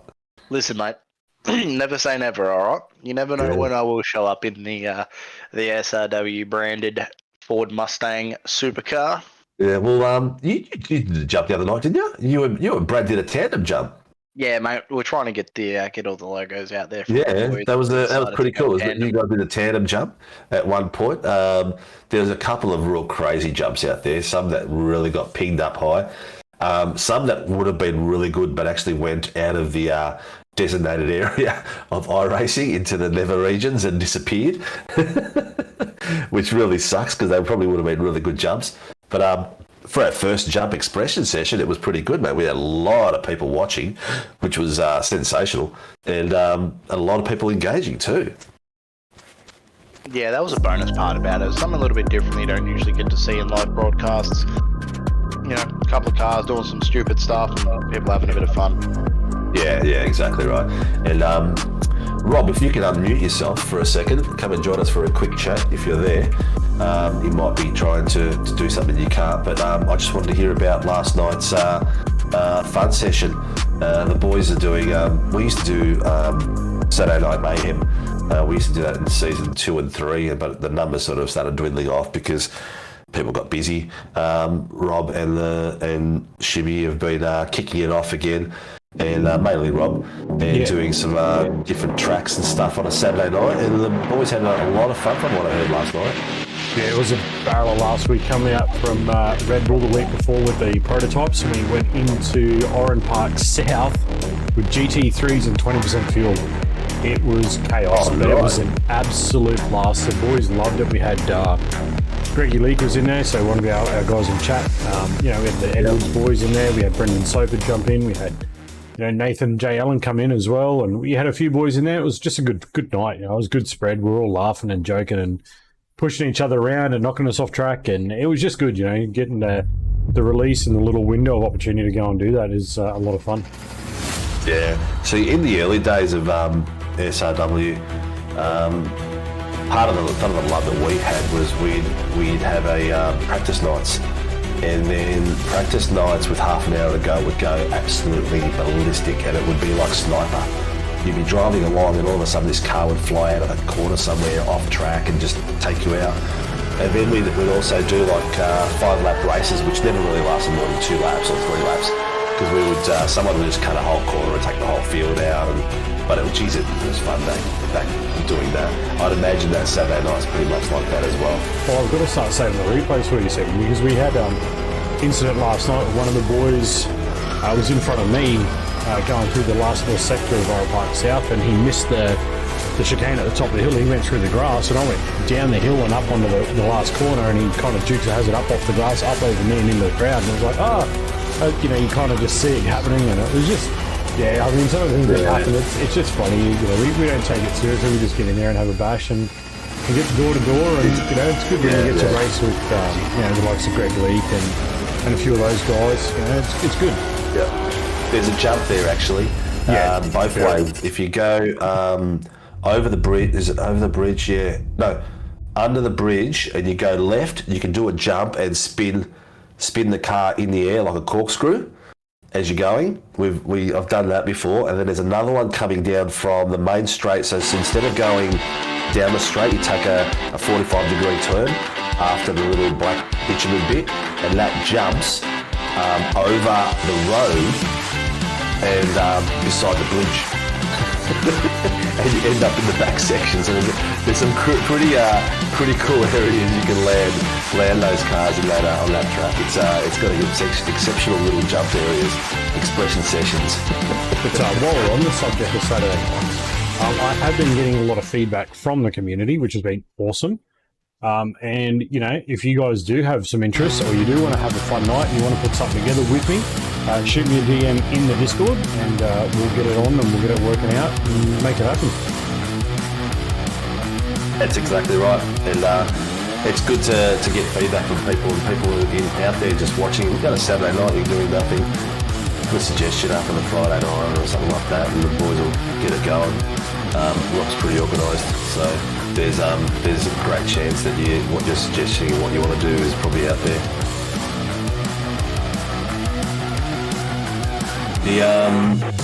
Looks like the boys are working pretty hard in the back end there.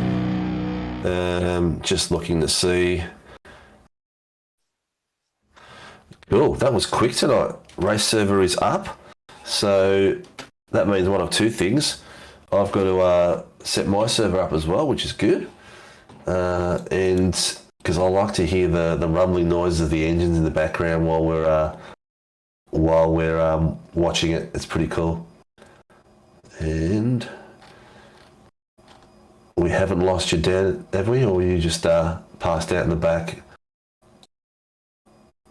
No, he's probably passed out. He's probably gone and grabbed himself a drink. Look, while I'm here and while you guys are all waiting for the server to open up and watch your family and friends driving, please let us know who you want to see out there. We'll try to spread it out.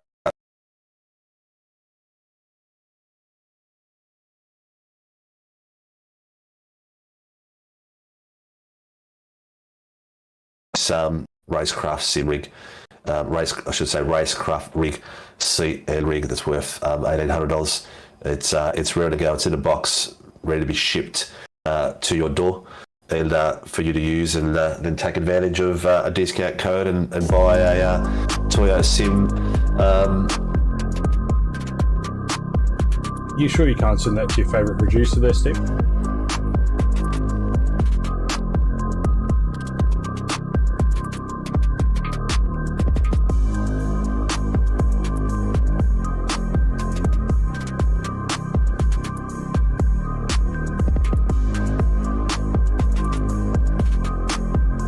Get a word in because he's not here for a second. No, I'm only joking. Listen, I've been doing all the hogging. Don't you I've been doing all the hogging. I'll buy you.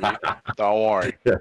Dan is very suited to this job because he's like very much like me. He talks underwater, and then all the rest of our fantastic sponsors that are out and about that look after us. Our naming right sponsor for the night, SimRigs V8 Supercars Pro Series, sponsored by this round by Dragon RC. Our top 10 shootout and qualify section was brought to you by Racecraft Simulations, and our stream sponsors for tonight: Melville Equipment, Warren and Brown, Grim Industries, Toyo Sim, and out in our little special safety car is promo department. So yeah, thank you to all of them that are involved, and thank you for keeping us on screen and for keeping us around so that we can offer the best that we can offer. We're still improving, we'll still make mistakes on the way, but we do our best to make it as much fun as possible. That's the key to us. The section is still loading. I can press join. And the boys are probably all doing their warm-ups right now. Yeah, mate, 100%. When you're getting ready to go out on a race, you'll set yourself up, get into a mindset where you're sitting there going, right, you'll have a plan mapped out for turn one. You'll know roughly what the people are going to start like around you because you've raced it for 6 or 7 weeks now, and you're sitting there going, right, I'm going to do this, and then my start is going to be this, and then when I hit turn one, I'm going to do this. And if one of those things don't go right, mate, basically turn your car on its head, drive around backwards.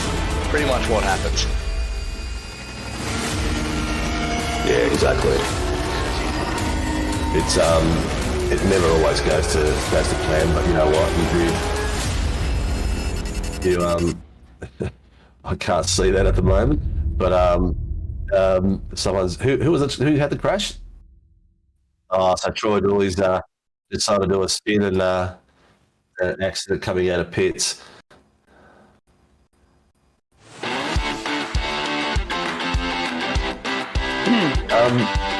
We're not too far off. The system is probably only a couple of minutes away and booting, and we'll be in there and watch these boys warm it up. There won't be long till the race starts. It'll be interesting to see what the pit strategy is going to be with this race. Dan, with a 4.8 burn. So it's going to be interesting to see how that goes out there on track.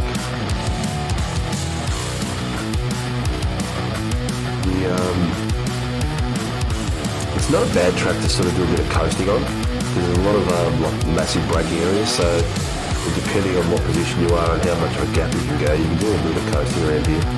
No, exactly right. You can definitely smash it out and see what's going on during the day. Yeah. I'm not too far off from my session opening, so it's just there'll be a lot of the boys in there at the moment. Warming up. And looks like yes, here we go. The boys are all in there warming up and going like crazy. We have got it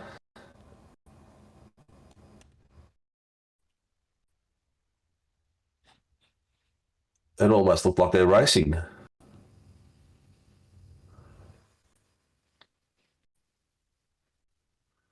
Elapsed time is 7 minutes. This is practice 15-minute session. Cool. I had a bit of a panic attack then. I thought that they were actually racing there for a minute, but they're in the practice session, which has got 7 minutes to go.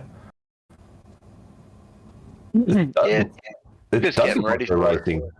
We're waiting for a maestro to bring it up on screen.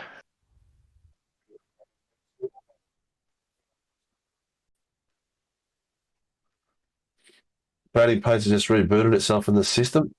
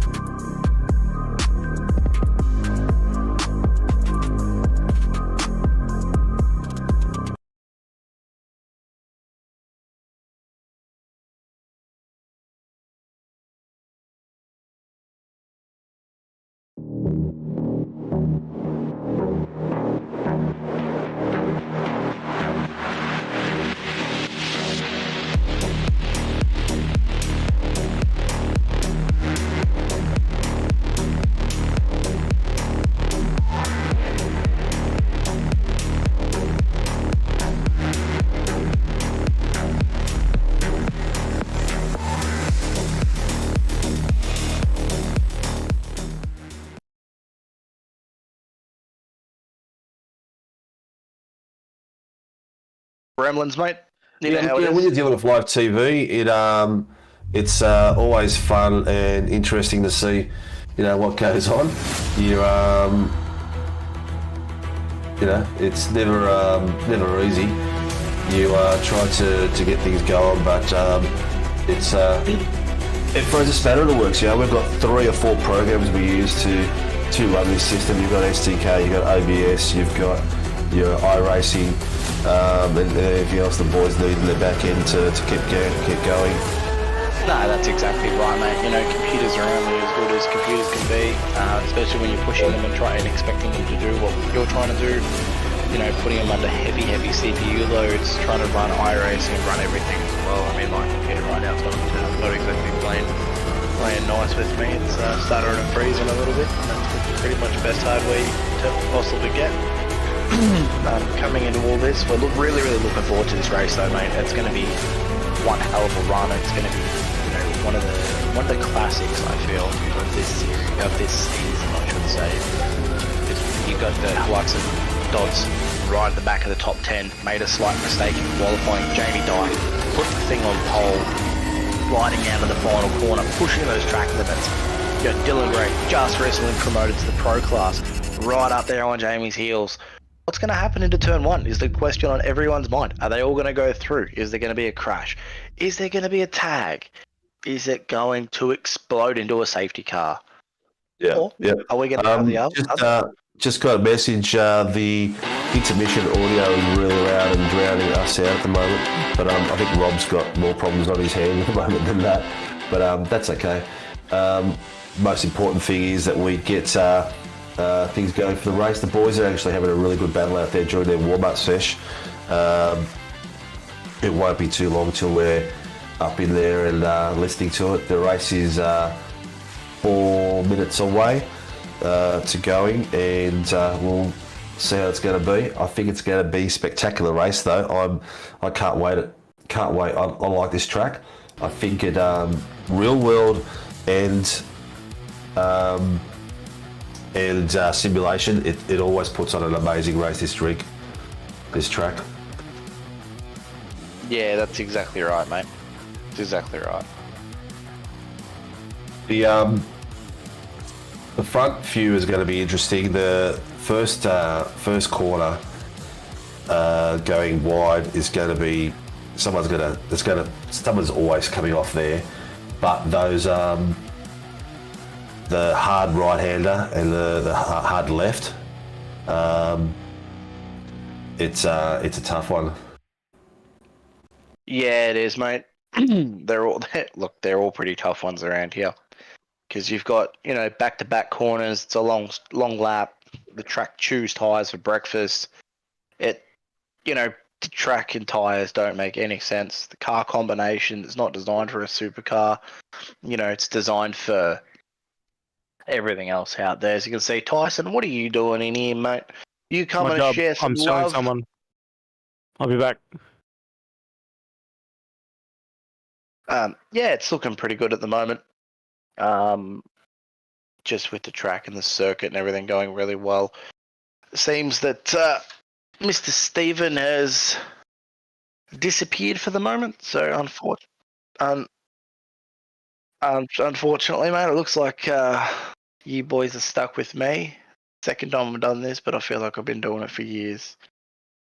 Slip straight into the role and slip straight into it, and hopefully it turns out quite well. Yeah, get the odd pause here and there when our producer talks to me in the background. Not used to that just yet. But, all things happening good due time, as the puppet master himself is getting ready to get us into the session. As we're waiting on the guys' paints to load. How are you guys in the chat anyway? I can see there we've got a Tyson McAvoy. Got a Shibby. Get into it, mate. And the Speed Demon. Let's go. Let's go. Where are we going? We're going here or going there?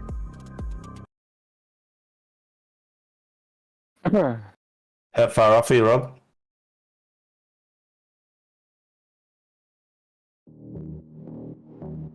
Okay, so we'll be all good when we go live, bro?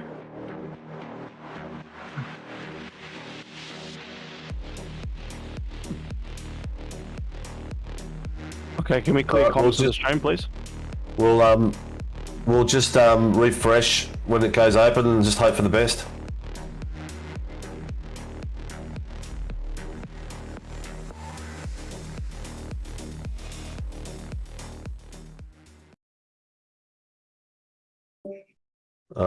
We're not live, are we?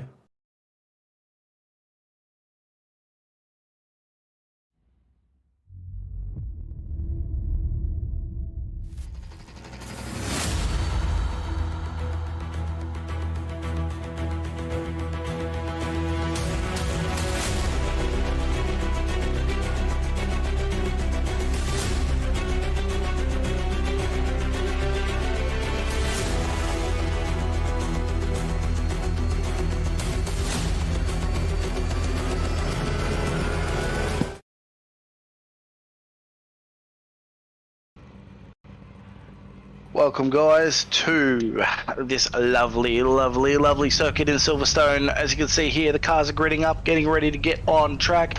In the pole position spot, we've got Jamie Dyke, followed by Dylan Gray. In third place, we have Bruce Tannick, followed by Matty Stewart, followed by David Coleman, Sam Noble, Troy Dawley, Brad Sagassa, Mr. Miller himself, Henry Dodds, Mr. Wilkinson, Reese DeGoey. I'm sorry if I butchered that name, mate. Fuentes. Daniel Clutterbuck, Troy Dawley. I cannot read the last names for the life of me. Apologies for that one. Hayden, Quash, Nash, Barber, is in our safety car. So we've got the guys all ready to go. The lights are going to go green shortly. Look at this, mate. All that horsepower, all those tyres, all that preparation, all those hours of practice, all come down to this one moment. This start will make or break your race. Let's get them ready. The lights are up. What have we got? Getting 1, 2, 3, 4, 5. Lights out and away we go. Jamie Dyke with a launch. Who was that at the back? Got a ripper launch. Jamie Dyke's got full control of the lead. Dylan Gray's dropped back a couple of spots. Coming into the first corner here as we see all the cars make through. Do they make it all through cleanly? It looks like they do. Jamie Dyke with a comfortable lead out there, followed by Bruce Tannick, Dylan Gray, and here they are 2 wide all and behind, looking like they're 3 wide coming into the third corner there. David Coleman looking to make a move early. Oh, a bit of contact. That's it. Their car around there. That's Troy Dooley's gone round. That's Troy Dooley gone round. Unfortunately for him, mate, he's lost a heap of positions. He'll be on the phone to race control about that one. Let them guys deal with that up there. You can see there he's lost a fair chunk of time from being in that top 10. See, David Coleman there looking like he's trying to make some moves early on to save some tyres and possibly put himself in a better position at the end of the race. Teammates there working well together to try and get around him. For the MX Raps guys, pushing as hard as they can. No space. We've had one of the boys spin in the back end. I think it's Sagasa. Oh no, Sagasa's gone off as well. There's a nice tuck in there by one of the Raps boys, and they're ganging up on the Coleman right there, and Coleman's just sticking to his guns by the look of it. That's it, mate. He's using all that experience he's got driving behind Jamie Dyke, let me tell you. Dyke's got Dylan Gray all over him at the moment. We're talking like literally nothing, as in seconds wise. They're going crazy back there. They're 2 through Maggots and Beckett's. Yeah. There was Matty Stewart and Matty Stewart. Sorry, it was side by side through Maggots and Beckett's. So we can switch back to them as they come down the hanger straight. Oh, look at that. He's up the inside. This has been a whole lap they've been battling this one.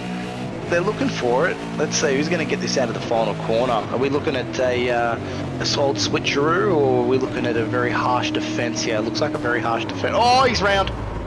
He's round. They're both round. They're both round. That's, both round, or they've both gone round? They've both gone round. They went right round, mate. They did your trick. Matty Stewart's just called something into race control at the moment as well. So replay here. Let's see. So you got the two, not the 2 MX Raps guys here. Oh, that's a breaking very, very deep there from Matty Stewart. There, as you can see, David Coleman's right on him. Tries to go down his inside. Oh no!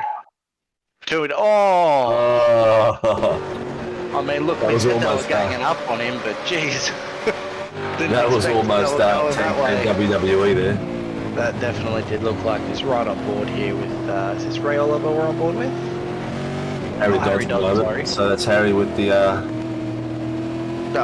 he's up, he's got himself up to 7th at the moment, so he's working as what he said. He's going to take it easy and smart and concise and work his way through. A couple of spots will be courtesy of David Coleman and Matty Stewart, I'd assume. Those spots he's gained. Looks like everyone's starting to settle in now, which is good. Yeah, there's a gap a little bit there from Clutterbuck back to Stewart by the look of it. Yeah, that'll be because Stewart's tyres will be a bit dirty. He'll be waiting to get them back up to 10. Not cook them.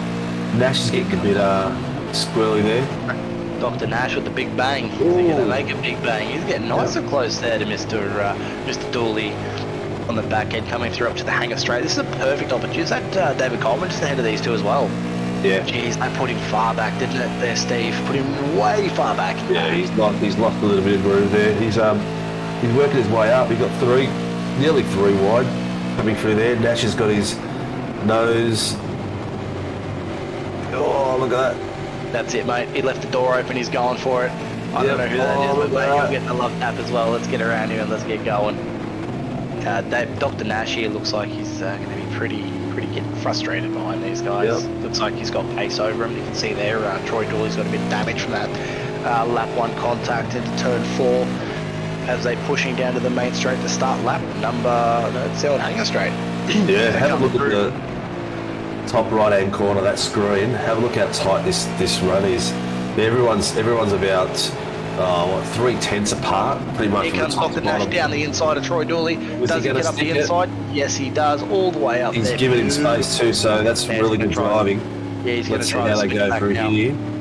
Is he Switch going to back. hold it? He hasn't spun the rear end out, which is good. It's really, when you're running that corner tight, it's really easy to bang the end out.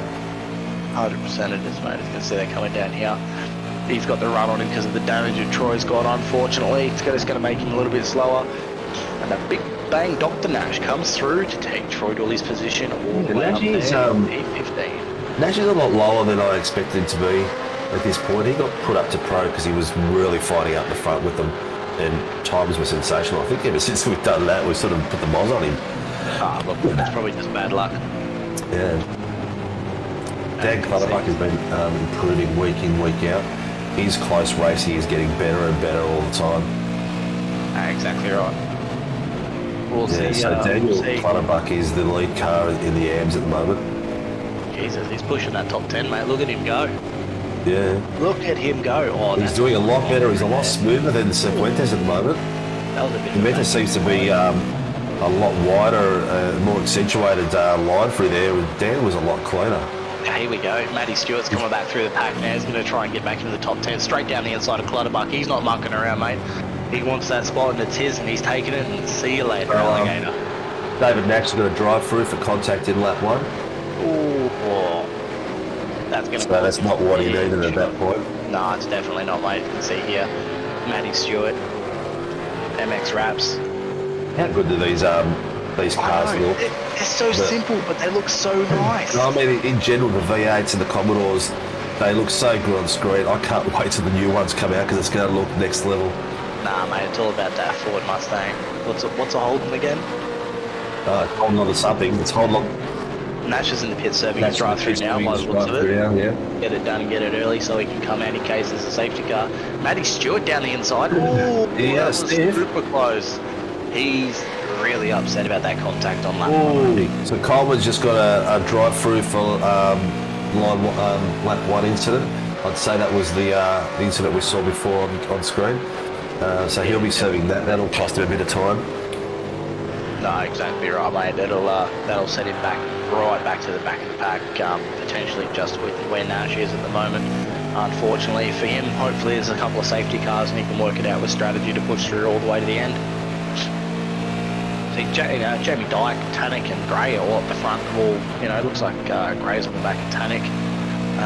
Racing just there. Jamie Dyke's got a bit of a lead. You can see, Dylan Gray's looking. He's having a look. He wants it. I think at this point of the race, it's an hour-long race. It doesn't look like either of them. It doesn't look like anyone's really hunting anyone at the moment. It looks like Dyke is actually pulling away from them at the moment, but these two are just going to look like they're in cruise control. Yeah, because of how long the race is, there's two mindsets. You can pull away straight away at the start, and then set the pace, and that's you. You know what I mean? Like, he's got a gap, he can pull in, he can get tyres, and the undercut here around here is pretty massive. Doesn't matter, he's got the gap, he can afford to react rather than be proactive. Whereas you got Dylan Gray and Bruce Tannick, he locked in a battle that are costing them both tyre wear, fuel, everything plays a part right at the end of the race when it comes down to it. Yeah, this is that key corner we're talking about. Yes. Let's see how Dylan is taking it, see where he's actually catching and where Bruce is pulling away. Tannick's right on the limit. You can see there was a very slight lock up there. Right on the It's limit. early. That's early. Opening for Gray. He's going to slipstream him all the way down the straight and send it down his inside, or he's going to try and hold and go around his outside. 100%. Quite close enough. You can see Gray's pushing super hard. He wants that second spot. Because, he qualified second. He's like, why have I dropped a position? He wants that spot back. That front, that start line is so critical, isn't it? Oh, mate, it'll either, as I say to everybody, it'll either, set your race up for the night, put you in a comfortable spot, or you'll bin it and you'll be fighting someone that's a bit slower than you. But again, the consistency is key around this circuit, especially coming through Klops, Maggots and Beckett's. Oh, that was super wide there from Gray. You can see the three guys here fighting. You got Quack, Clutterbuck and Coleman all wrapped up all together by the looks of this one. Oh, that's who we're missing tonight, Cowie. Yeah, Cowie. I don't know what happened to Cowie. I think he's got a gig on tonight. He must have a gig on tonight. He wouldn't miss it otherwise.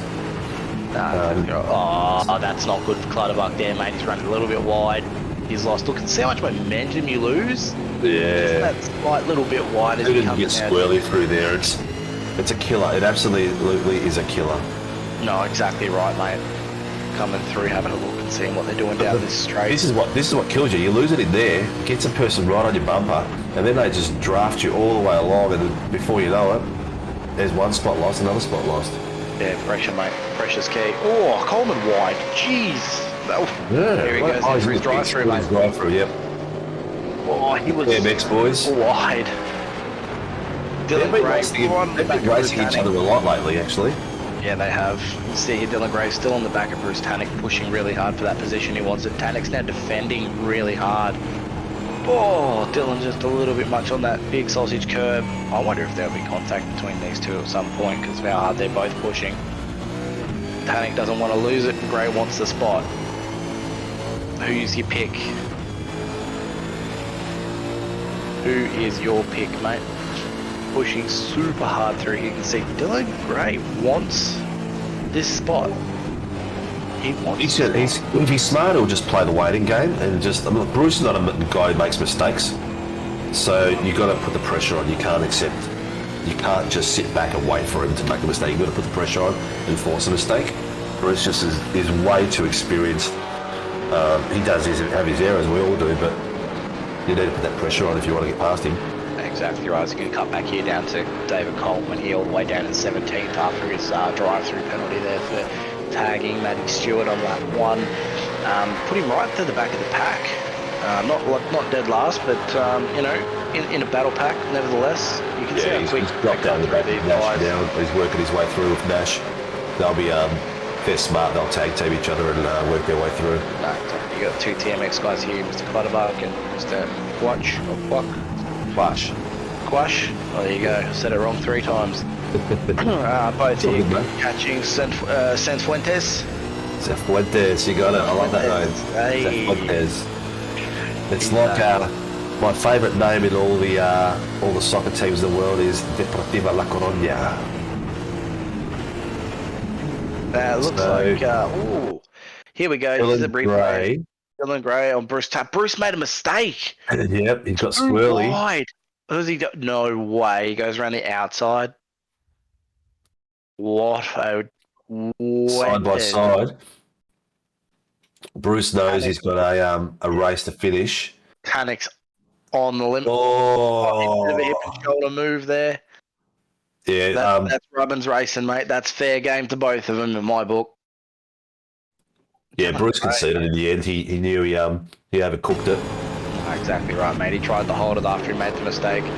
As we're looking here at Mr. Clutterbuck and Quash. Teammates fighting for supremacy. Always good. I'd be, if I was Quash, mate, I'd be sitting there going, come on, Dan, just pull me along a bit more, would you please? I'll take some of that fuel save. I'll take some of that. You'd be annoying at this point. You would be annoying. I definitely would be, mate. Would not be hanging around, put it that way. Yeah. Oh, yeah. The boys are... Dykey's got 5 seconds on the boys at the front now. He's just cruising away. He's in his own game at the moment. Exactly right. That'll be Dylan Gray and Bruce Tannock, followed by Sagasa and Harry Dodds, which we're watching right now. So you can see the other cars just out front of Harry's screen, coming down the main straight now, and Dykey's already come around the corner. So see Dykey just coming around that corner. So it's a pretty big spread on Dykey's path. Yeah, look, mate, he'll be praying for no safety cars because he would have taken a fair bit of life out of his tyres at this point, just to try and push that gap to cover the undercut if it does happen, which is always good because obviously being reactive is better than proactive 9 times out of 10, especially if you have a gap there, and that way your tyres will be a lap younger anyway at the end of the day. Yeah. Well, the undercut is is strong at this track. So Dikey will be trying to get out as much as possible so that the undercut doesn't work for whoever's behind him. No, that's exactly right, mate. You can see here Dodd's closing up on the back of Sagasa. Looks like he's going to put him under pressure shortly and see what Sagasa can do, whether he starts defending early or, you know, the best thing you can do is make a driver in front defend fresh air. That is the fastest way to get on their rear bumper. Stick your nose out, chuck it back behind him. Stick your nose out, chuck it back. Fill the mirror, chuck it back. Matty Stewart is having a rough season, man. He's in 10th again. I don't know what he finished last week because I didn't do the comms last week. But he's just put the foot down a bit too early then. Mate, that Jandal's gone. Yeah, he's spun himself. Is that Troy Daly? Yep. It is. Yep. Troy Daly. He's it looks like he just put the foot down. He's taken a really acute angle there and put the foot down way too early. That. And look at he just lights it up. Here it goes. Zoom. There's contact too. That's going to put the damage on Mr. Nash's car. Hopefully it's not too bad. No, it doesn't look too bad. He's on the back of the car ahead of him already. Comes around his outside. Does he make it stick around the outside of Cops here? Is he going to go side by side? You're going to get it slow down there. He went off track. No, he'll be right. He didn't go too wide. Even if he does, he can bleed it off as he comes from Maggots and Beckett's anyway. It's pretty easy to bleed off. The other night in the what was it? In the T86s, the penalty for the off tracks were huge, and it was really hard to bleed them off. Really hard to bleed them off. What I was saying, Matty Stewart, he's previous league champion, sitting in 8th at the moment. I was hoping to see him up in the field a bit more, coming out for a defence of the title. He won the Pro Division, and Dave Coleman won the overall championship. That's right, mate. You can see Troy Dooley looks like he's just got around Quatch. Quatch is coming back at him to go down the inside. No, he's not. Looking to the outside of the circuit here. Who's got a better run? Are they going to be side by side coming into the second and third corner here, mate? Oh, Quatch wants it so bad, and Troy Dooley's having to defend really, really, really hard through this complex of corners. Looks like he's catching car ahead too. Mr. Cifuentes. Clutterbuck's got ahead of him. He must have upset him at some point. Taddock spun. Taddock spun? Yeah, Taddock spun. He's going to get a slow down as well because he's had to cross the corner to get out of that. What's he done? Is he hyperlocked here? Let's have a look. He's cut that corner very, very, very tight. And here's the corner. Is that a gear change? Not normally there. Yeah, I mean he's I think he might have stuffed himself a hyperlock there. Potentially, yeah, as it comes through to Maggots and Beckett's. Jesus, Troy Dooley on the inside. Oh, I was going to say that's a bit ballsy coming into this section there. Oh no, Troy's run wide. He's taking too much into it. He got caught in the aero wash from the car ahead. And there goes that position now back to Quatch. Quatch is now... Giving it all he got, Goose. Yeah, pretty much. Quatch will be like, thank you very much, I'll take that, and I will now run away. So Harry's doing well. He's getting consistent laps in. He's just playing it safe. He's putting pressure on Sagasa. What is he? He's 5/10 on him at the moment, and he's running a smart race. It's good. It's good to see. You can see here Sam Noble in P6 at the moment, looking like he's going to send it on the Tannic himself. Let's see what he can do coming through this complex of corners at turn 2. Bruce's tyres wouldn't be too good right now. Yeah, not that it really matters to him. He's got control like crazy, but it's going to probably cost him as he has to get out of the corners. Yeah, nah. Look, it's going to. That sausage. That's not a great exit there. The Tannic. See if Sam Noble can keep it together and catch up to him. Seems to get some sort of super acceleration out of that corner.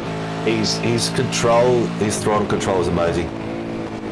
Yeah, that's what said that he would come up to the corner. He made a mistake out last time. He's going to be a bit more And you know what? And I'm not surprised that Noble's caught him there because he's probably thinking about that, exactly that mistake he's made. 100%. He's probably been a little bit cautious through that corner, and therefore Noble's caught him. But look at that, he's already pulling away. No, exactly right, mate. Usually when you make a mistake on track to lap after, you're a little bit cautious as to what's happening because you don't want to make the same mistake twice because, again, it can cost you more spots. Yeah, he just ran wide then again, so he's having tyre issues at this point. Yeah, it looks like Quatch is looking to go on Sanfuentes any minute now. He's lining him up, getting him prepped up. Look at that. Sanfuentes is right. His front tyres must be gone. How many litres are we carrying at the moment? We're carrying about 55 in this car? I think so. From memory, it was 55.5, I think. 55.5, so they're doing 4.8. They've done 10 laps. They're probably being around the 50 lap mark. So they've probably got another 2 or 3 laps and we'll start seeing pitting. Yeah, so what will be happening now is all the cars that are pushed really hard at the start, the tyres will start to go. Here we go, mate. So we got Sagasa's in. Sagasa's in the pits. That's so my prediction's working. A few cars in the pits now. Yep. Are they all the MX guys that have come in at the same time? If we don't have a safety car, we could see...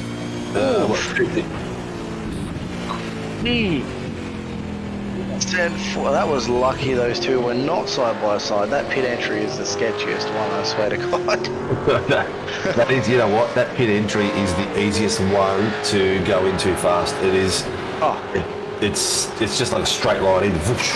Yeah, you're in. And it's like a vacuum, it just sucks you in, then you see the cones and you think, oh, I've got to stop. No, that's exactly right, mate. You know, we've had a few pits, yeah, so who is pitted so far? It's Sagasa, Matt Stewart, Sam Noble, Dave Coleman. Dave Coleman's in, that's a good call from... Coleman had the drive through. So we're still waiting for Dylan Gray and Dikey to do it. Dikey's pulled away to 6 seconds on Dylan at the moment at the front. Dikey will be in clutch and roll. He will. That's what I'd be doing, mate.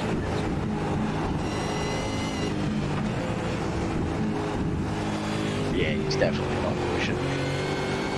He's just cruising, mate. Oof. Tyres might be a bit sketchy. I can just hear the music in the background. Yeah. What do you reckon, Chopin? Yeah, I don't know. I reckon he might be listening to Mozart. Bach? A bit of Mozart, mate, you know. Let's see. I reckon it'll be a bit of heavy metal. Yeah, here he goes, he's in the pit. He's in the pit. Let's see what happens to Dylan Gray and him. Is Gray going to stay out? No, Gray's in the pit. He has got to follow. Are they going to take the same fuel? The question is as well. I probably would, yeah. Well, let's Dodds see what is in happens, as well. mate. Okay, that's a smart move by Dodds. That's 1, 2, 3. 4 in. Haddock 5's in. behind, Miller behind. The rest of them are in. They're all following in. Who were we looking at? Who were we looking at that was in P2 before? Well, Dylan Gray was P2 before, so that's. And Tannic. Let's see where Tannic pops out in regards to. Spin. Yeah. So Tannic's just past Dodds in the pits. See where Sagasa comes out. See if he comes out ahead of Dyke or comes out even closer to him because of the undercut. Dyke's just left the pit lane now. Can he get out and up to speed? Mate, he's done. Oh, Dylan Gray, Sagasa and Gray. Let's see, has Sagasa jumped a spot here and gotten into third?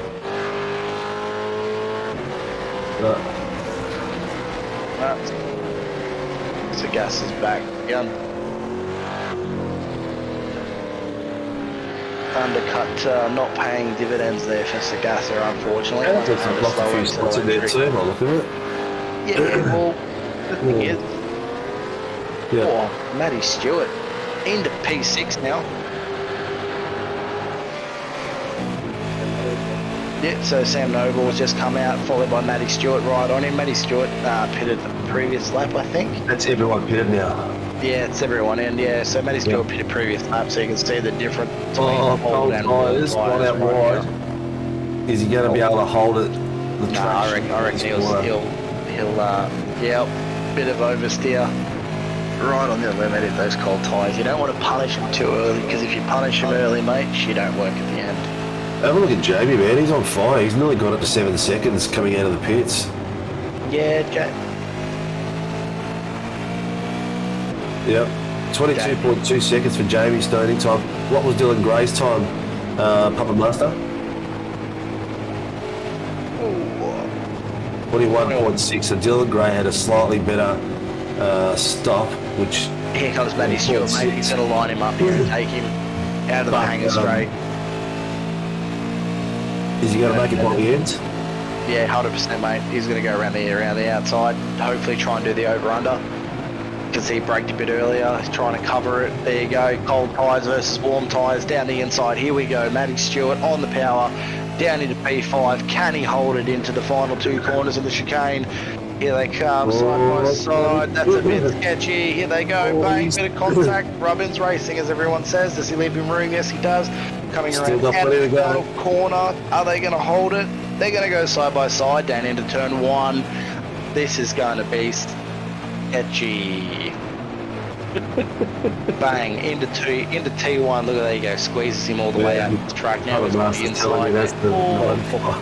He's going to defend that really hard. That was still going. Side by side. And Bruce Tannick's getting involved now. He's still got the inside corner of him there, taking him out wide. And Tannick's involved in the background. Tannick is, with all the fighting, he's caught up to the 2. These guys are still 2 by 2. 2 by 2 by 3. Here comes Tannick. He's looking to get in this. He's going to get 2 in 1. Tannick's jumped out the wide. Oh, is he going to cut him on the inside? 3 wide. No, Bruce is smart. He's pulled out a little bit. But Bruce is just waiting. I want to give this way. Yeah, Bruce is going to stick straight on the inside here. Bruce is going to get a... Oh. Yeah, Bruce is in a pocket position right now. Yeah, Bruce is just looking. Look at that. He's looking for that inside. Oh, he's coming through the middle. They're going 3 wide again. Sam Noble's on the anchors. Is he running wide? Yeah, he's gone. He's gone. He's Noble fourth is still on there. He killed his car. Oh no! There's side by side through Maggots and Beckett's. You can't do this. It's impossible. It was beautiful. That's some awesome driving by these 3 guys. Well done. Phenomenal. Make sure you guys, if you can clip this and save that replay, mate. Lap 13. Yeah, like, share, subscribe, do what you gotta do. That was phenomenal driving there. Well done to the guys. Yeah, mate, you're going to get that type of respect and drive at the SRW-TV broadcast, mate. That's all you're going to see. Cool, hard, fair racing, mate. Oh, it's still on. It's still not finished, man. Except Noble's coming back at him. Jesus, this guy doesn't know when to quit. He wants everything he can get. Yeah, the beauty is, Bruce hasn't given up anything, mate. He's just going to go over and under wherever he can. That's exactly right. This is some great fighting. Unfortunately, this is going to bring in. This will start to bring in Chris Miller and Mr. Wilkinson very shortly. 100% it will. Look at the back. I'll tell you what, while we're watching all this, oh, here we go. He's got a beautiful run on. See, Noble's killed his tyres a bit there. He's not holding those high-speed corners as well. Well, the thing is as well, yeah, he come out of the pits and pushed crazy on him. Yeah, he's overheated early. 100%. He's going to have no pace toward the end of the race. Yeah, another lap or 2. Bruce is going to be off and away. I don't know about that, mate. Chris Miller. If Chris Miller's got something to say about it, he's right there. He's only 1.2 seconds off Tannick at the moment. He's gaining pretty quick. Tannick's going to try and send it.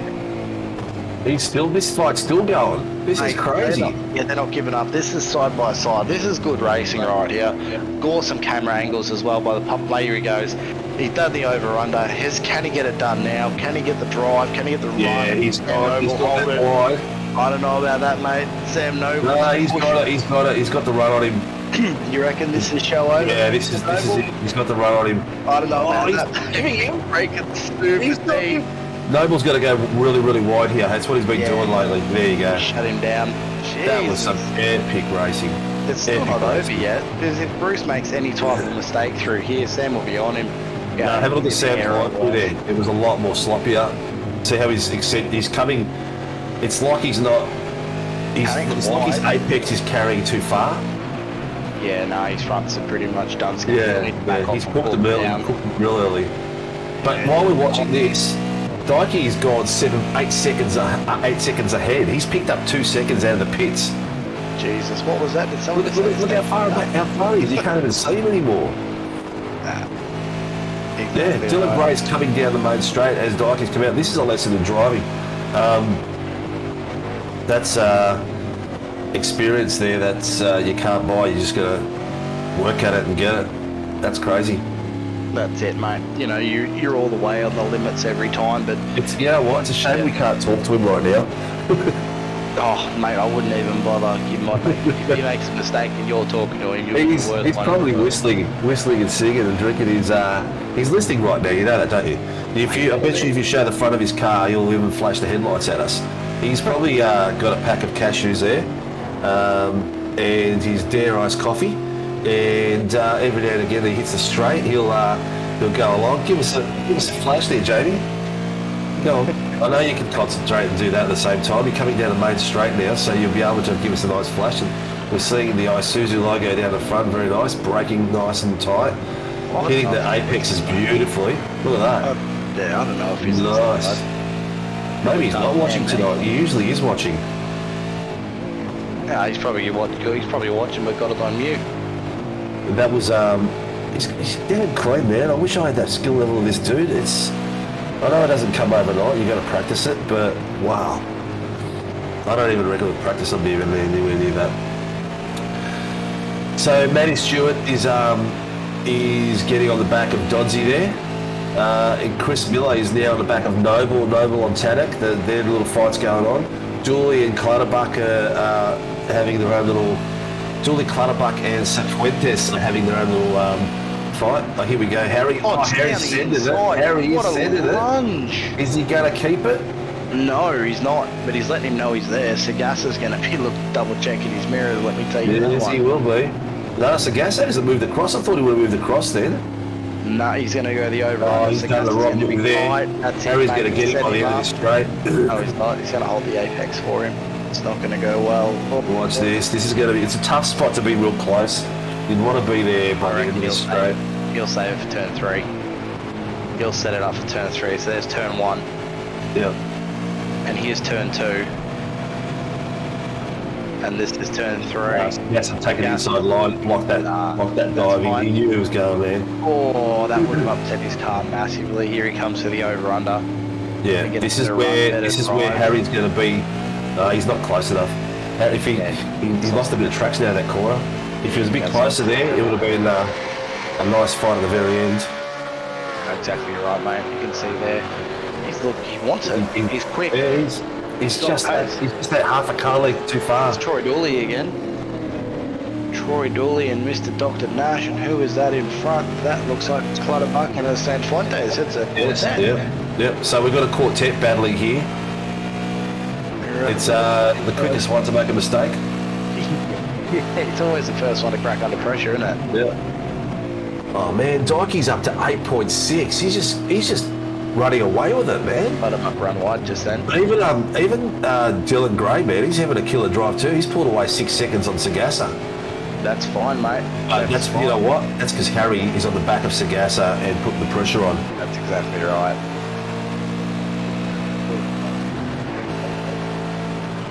Yeah, true. Dylan did have. I'm not sure how much of an effect it's going to be for a 0.5 a second, but it is 0.5 in the pits that he was a bit quicker than Dikey, so he's going to have to catch that up somewhere along the point.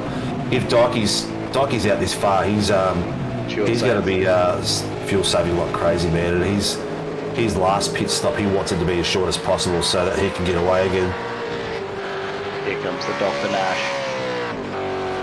Well, from 7th down, the gap is nearly closed up on all of them now.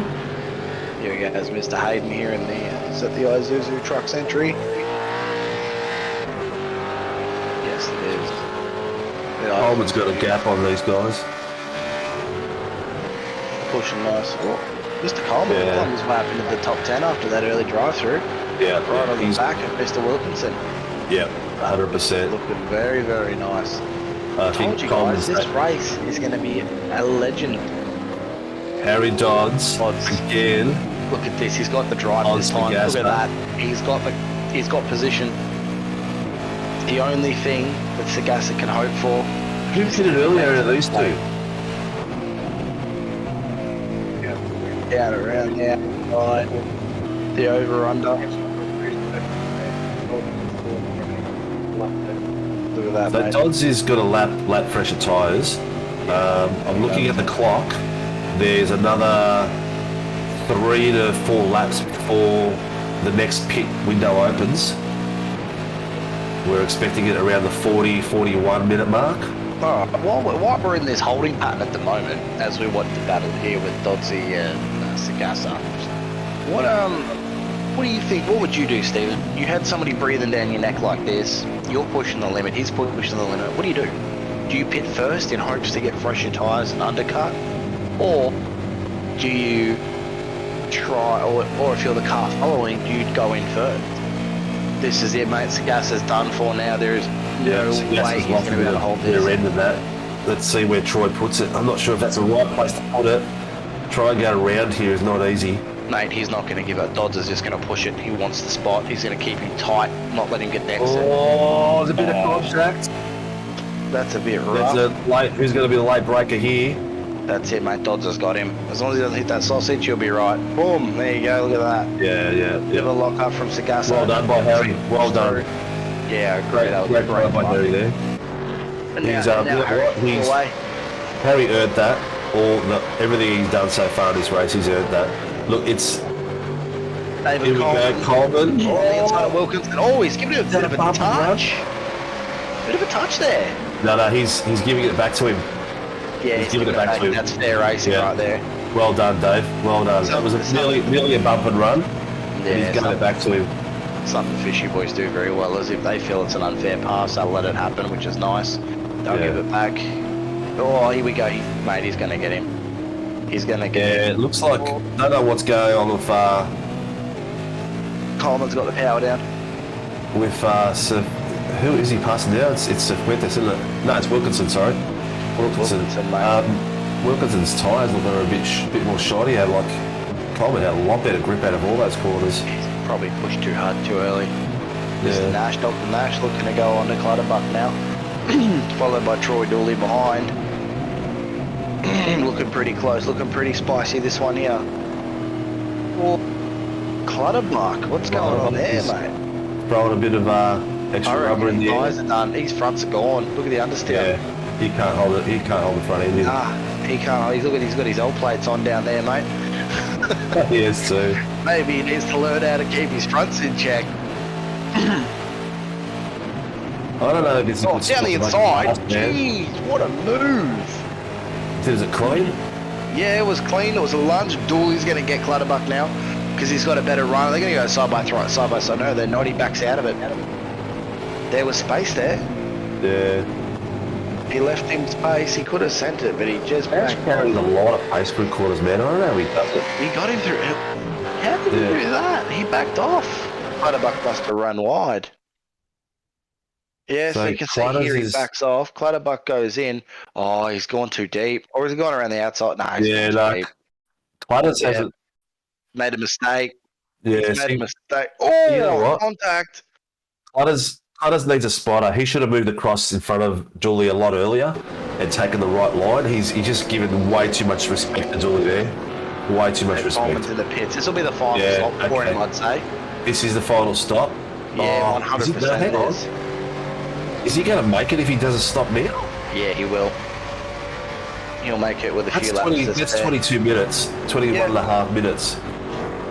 Plenty of time, mate. Okay. Plenty of time. 1.5 minutes. Will be the stop. Full tank, fresh tyres, and he'll hope to undercut some of the people he was fighting. Hopefully. So Sagasa, by the looks of this, has cooled down his tyres after Dodds got away from him. He's starting to close back up. 22.4 stop time for Coleman, so that's a full tank. 100%. The tyres. Yeah. That's going to be close, man. Yeah, it's going to be close because that's 21 and a half laps, and we know that fuel takes. Well, everyone did the last one, 21 laps. That's going to be right on the edge, man. Right on the edge. It won't be that hard, mate. A little bit of fuel savers. Troy Daly's Yeah. You'll have someone crunching numbers at the back end. They'll have their own little engineers going. Dikey is just. Here comes Sagasa. Yeah, he's just. Sagasa on Dodds, mate. Yeah, Sagasa's back on top of Dodds. But the gap between the top three is 8 seconds, 8 seconds. So these two are pretty much fighting for the podium. I reckon the other two have pretty much got it unless something goes terribly wrong. We haven't had a safety car, guys. No, we haven't. No. So, we have more guys in the pits. Dylan Gray is just driving his own little race at the moment. Yeah, he's got a 9-second gap to Dyke, and he's got a 9-second gap to Dodds. He's doing all right, mate. He's in a race all on his lonesome, unfortunately. Yeah, he just needs to finish. Yeah, cruise through it. Fuentes pushing the Nash here. Yeah, he's got the Cowie sponsorship on the front. Look at that, Fuentes going for it. Doesn't Fuentes? It's like his setup's built to understeer. Yeah, I was about to say the same thing. It's like the front end just slid there, didn't it? Yeah, it's like he's the only car that does it in the field, so to speak, without, intentionally making it. You can see there, he's super tight on the wheel. Sagasa now back onto Dodds. Yeah, this is going to be an epic fight all the way through. Sagasa's pushing those rear wheels pretty hard. Where are my pit stops, man? They're going to be coming now. I think lap 22 we'll see them all go in. Righto, mate. Here's Sagasa. Dodds will want to keep him behind at the pit stop at least. Here comes Sagasa, mate. He's looking on his rear wing. He wants him to make a mistake. They both ride that sausage. Both take a nice look at the amount of speed that Dodds takes in the first section of this Maggots complex. And Sagasa's on the exit a lot better. There you go. If I was Dodds here, mate, I'd box right now. If I was Dodds, I'd come in this lap. Get him out of the traffic, get him in some air, get his rhythm back, because his rhythm's gone now. You know what I mean? Like, look at that. He's right on the limit. I would pit right now. I would pit. Might be a bit early for him in his strategy, though. Still, I'd try and make it work, because at this rate, mate, it looks like it's going to end in tears, because they're fighting ridiculously hard. Well, there's 18 minutes left now, so whatever they go into in the pits, they'll be fine. Exactly, mate. I would have hit early. But then again, Miller Stewart in the pits.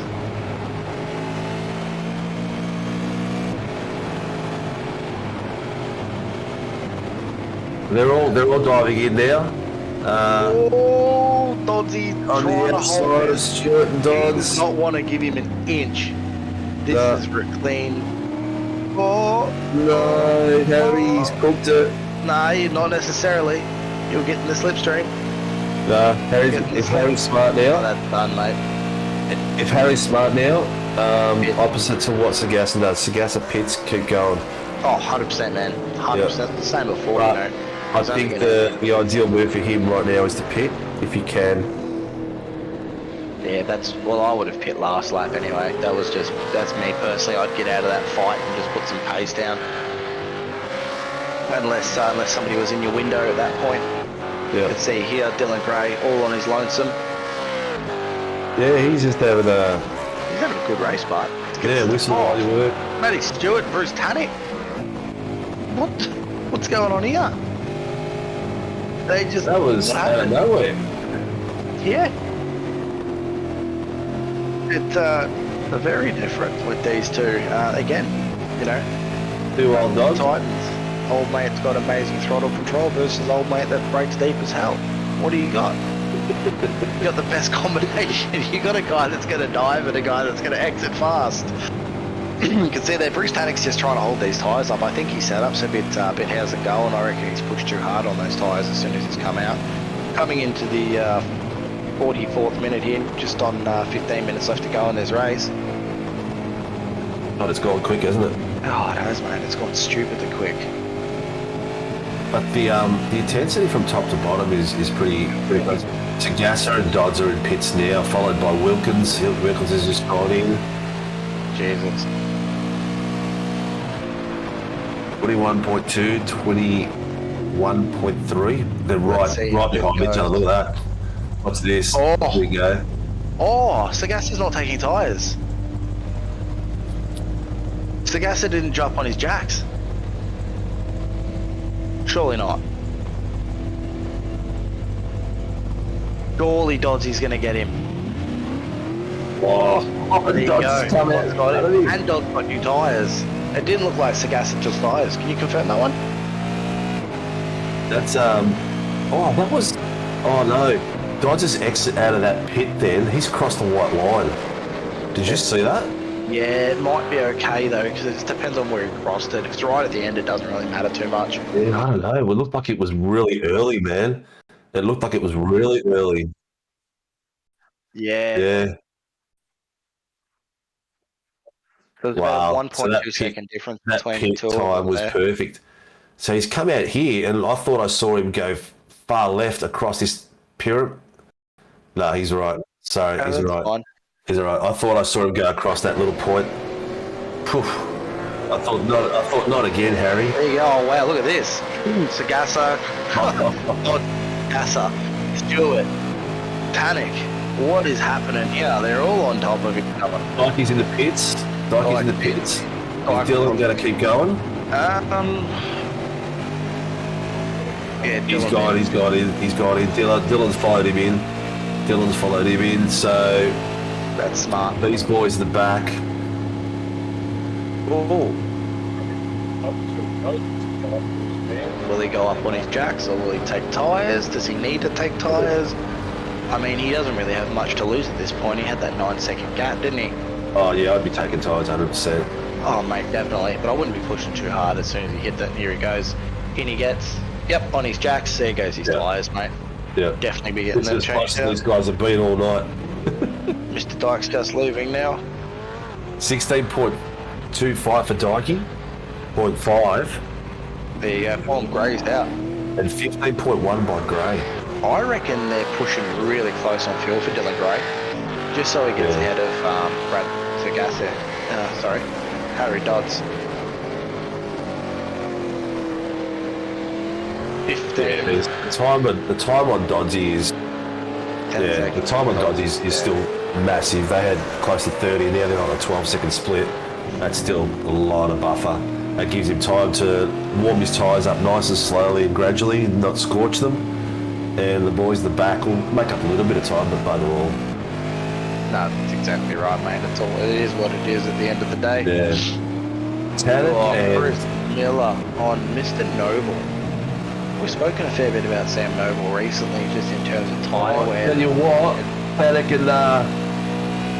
and whoever it is beside him are having a bit of a scruff.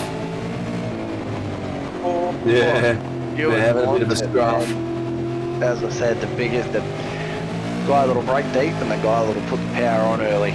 Do you think this has been the fight of the night? This one and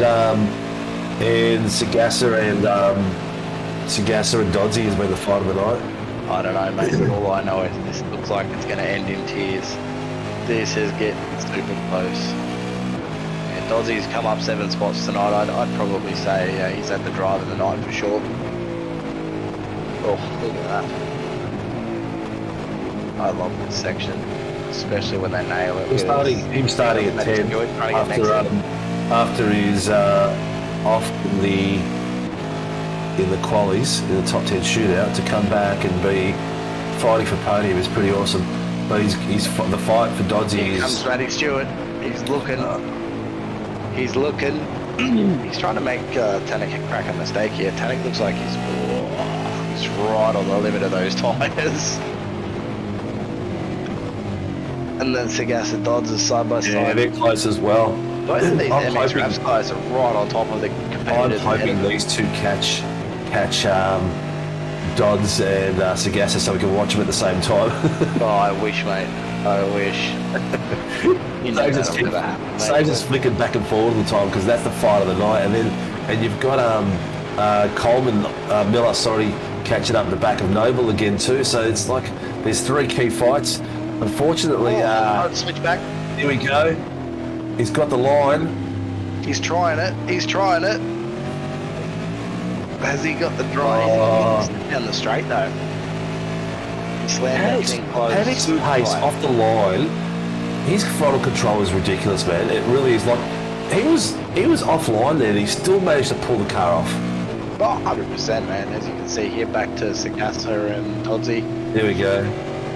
Oh, Dodsey's leaning on them tyres, mate. 10 minutes left to go in this race, boys. Don't forget to like, subscribe, and share it because it's going to be. Yeah, sorry, we've forgotten about you guys out there, but you guys haven't been asking questions. So if you want to know anything, like and subscribe, tell us, ask us. Who do you want to see? Who your favourite driver is? Who do you think the driver of the day is? Stewart's going to go for surely he's going to go side by side through here. Surely he's going to try it. Is Bruce driving the John Play Special? Is that what it is? I think it's a JPS logo. I have no idea. Oh, Stewart's run a little bit wide there. Oh no. Oh yeah. It is. It's a JPS. Maybe he's having he might be having yeah, that's a legacy livery. I reckon he's having problems with his training paints. Oh, he's been running that for the past couple of weeks. Yeah. Yeah. Because it's got no mag and turbo on it. That's his company. No, it does have mag and turbo on it, mate.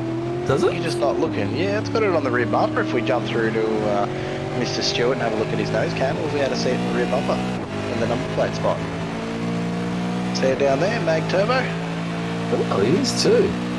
Yeah. Oh, tell him that his advertising with his vehicle is poor. I think you just need to open your eyes there, mate. Yeah, well, no, well, it's. I like that a lot better. It stands out. Mag and turbo, of course. Sagasa and Dodds, mate. Yeah, he's looking like he's giving a bit of a punt. You know how it is, mate. Rubbin's racing. It looks like we've only, 51 minutes. Probably only got about 6 or 7 laps left. Jamie Dyke leads the field by a football mile and a half, and then Dylan Grayshill got second place locked in, followed by Sakasic and Dodds, mate, fighting for the final podium position. Yeah, these guys, I reckon Dodds is getting down to the field and his tank pretty low. The way that the back end's complaining, or he's just trying. Yeah, he's just Chris Miller and Sam Noble, mate. Battles everywhere. Yeah. Look at all these boys all grouped up close to each other, eh? Just let them go at it. There's some key fights going on. Some very key fights. Yeah, especially for championship points. Dan does not like that corner. Yeah, he's been doing that. I don't think he's been comfortable for that corner all night. Every time he's gone for that corner, I've seen him on the screen. He's gone wide. Look at that. His arse end drifted on him then. Yeah. It doesn't look like it's balanced at this point of the race. Good exit, but not a bad exit out of that corner though. He saved it. I think the problem is that Chris's rear end is doing the same.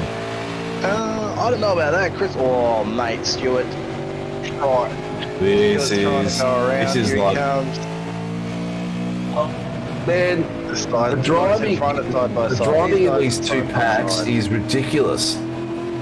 I don't know where to look, mate. Do we look front? Do we look back? Look, you just keep looking, mate. This is a move. This is a move right here.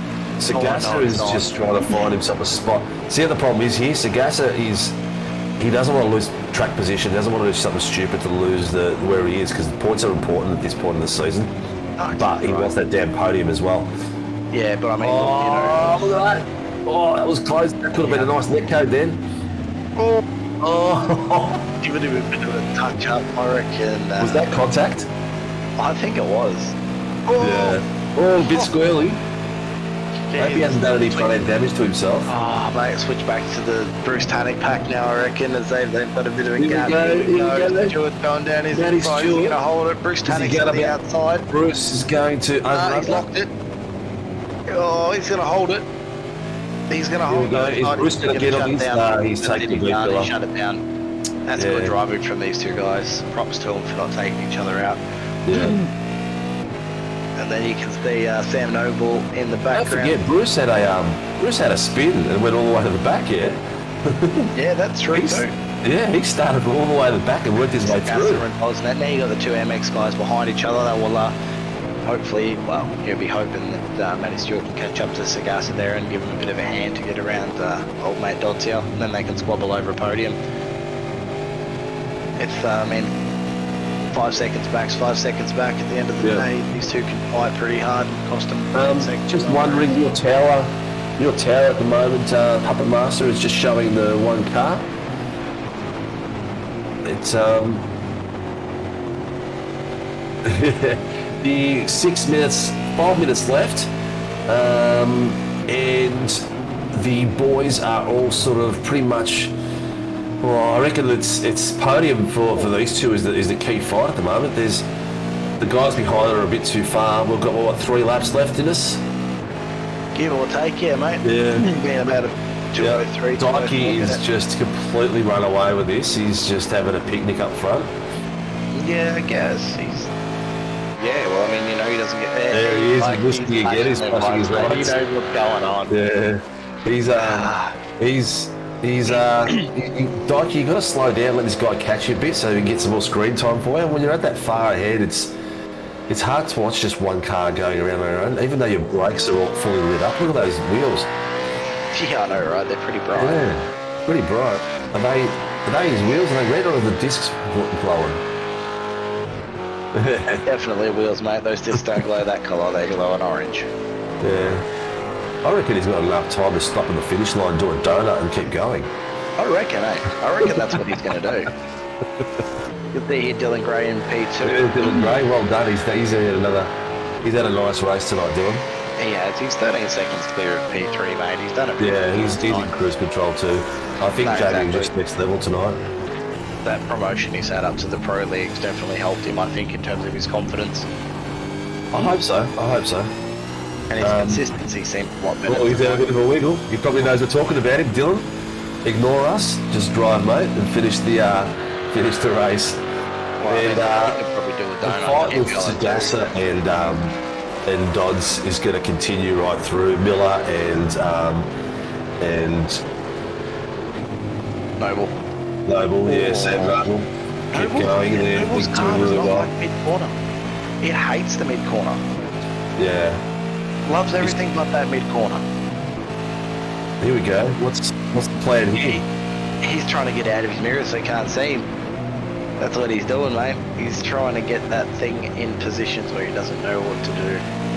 Trying to freak him out, try and get him to make a mistake and pressure him super hard. Yeah. Oh, I don't know about that, mate. If you can't see him, you get worried. Oh, see, mid-corner, the car just doesn't look balanced for Noble at this point in the race. It doesn't at all. It hasn't looked all race. Watch him come around this next quarter. He'll go wide here, and he'll just cross over. Turning just doesn't. Oh, it's not this one. Sorry, it's the one that comes to Mags and Beckett. Cobbs. That's the one where he struggles. Oh, he's been a front slide, man. The mid-corner, this thing. Absolutely hates the mid-corner. Again.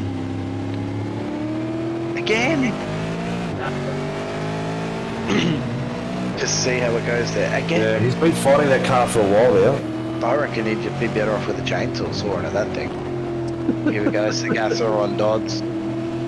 Again, here we go, round 2. These guys will fight to the bitter end, I think. I reckon, mate. It looks like they've probably got 2 laps to go. It's good to see a podium fight at the very end. Oh, it looks like there's 2 laps to go in this race. What's going on there? Harry's just lost a lot of momentum. This is the quarter where,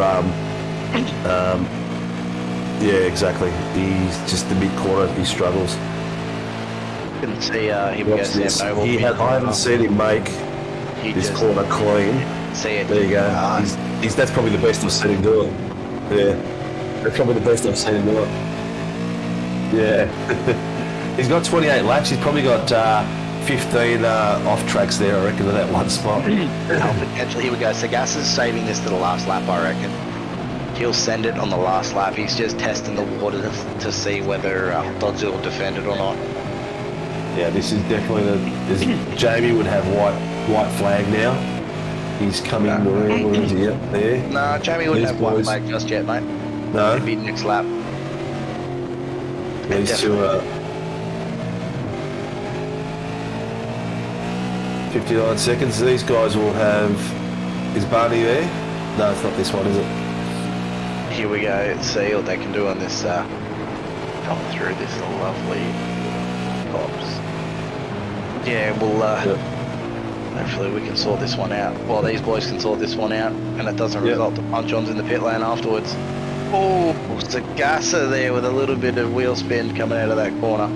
Using absolutely everything possible at his disposal. You can see there Dodsy's starting to lose the rear end. I reckon Dodsy's killed his tyres. He's just trying to hold on. Let's make sure we get the 1 and 2 cross the line, because we'll have plenty of time to come back to these guys as well. But these guys' fight is crucial for Podium. Oh, here we go. Sagasa wants it. He's trying to push it. Is this the final lap?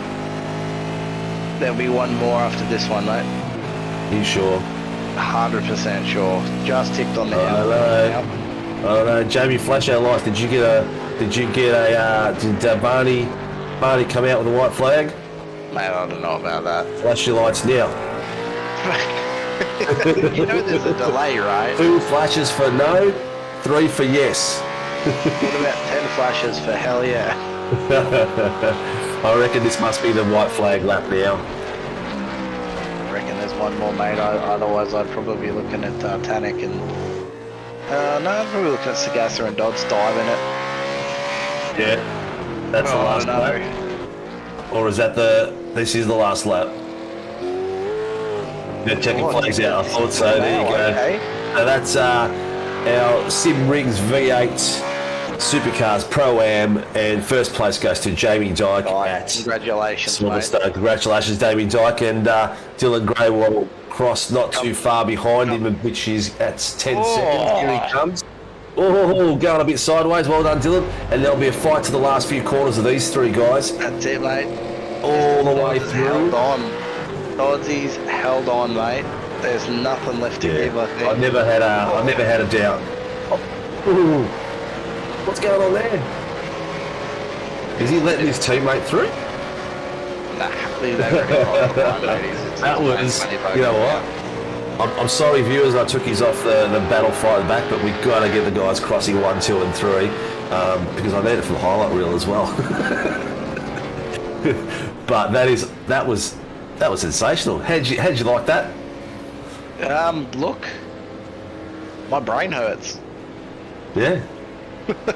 I mean, yeah, it was a lot of fun, man. That was some really good fighting.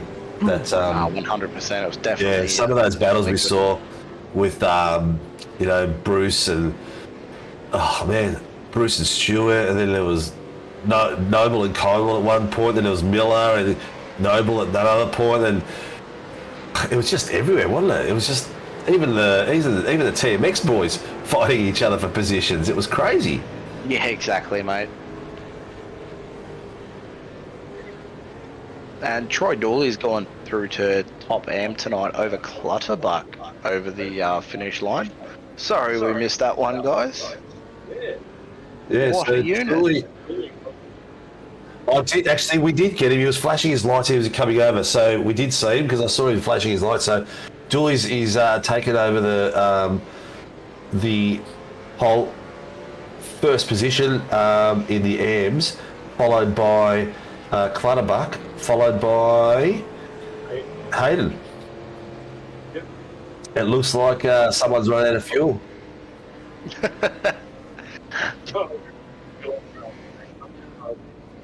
Oh, 100%, man. Yeah.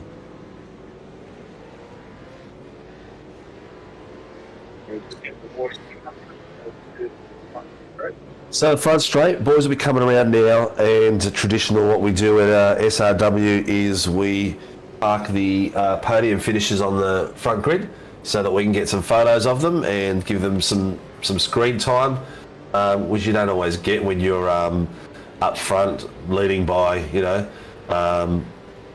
8 seconds. I'm not sure if Dyke was awake for most of that race. Like he's going to give us a show, is he? Or is he just going to give it a few loops? He usually waits for the boys to rock up beside him, and then he usually just peels out between them. That seems to be the tradition for him. So he looks like a gangster. But it looks like Dylan Gray's being pushed to the grid, so he's not far from. He's got a habit of like under fueling his car massively, eh? And then big. Harry Dodds. Dooley, yep. Clutterbuck. Yep. There was some epic fighting there from all these boys. You know what? I love it. I just gives me a proud dad moment, you know, to know that you're working and building something like this with all these drivers in the community. It's pretty cool. That is Hayden. Yep. We're still waiting for Dylan's coming now. He's being pushed around by Harry Dodds. And and yeah, it looks like they were out of fuel. Nah, Dylan's got enough juice in it. Yeah, so here comes Dylan Gray. And behind him is Harry. Yeah, look at that. Here they are. Yeah. Dykey's flashing his lights because he just wants to do his burnout. Exactly. I can hear it. There you go. The boys are all there. Ladies and gentlemen, here you have our podium winners for tonight. In the pro field, Jamie Dyke, Dylan Gray, Harry Dodds. In the amateurs, we've got, help me here, Troy Dooley, Daniel Clutterbuck, and Hayden. And there's the traditional burnout for Mr. Dyke. And it looks like Dylan is run out of fuel in front of him. Man, Dyke is getting pretty good at these burnouts, eh? Look at it. Yeah, well, I think he's practicing for Thursday night. You reckon?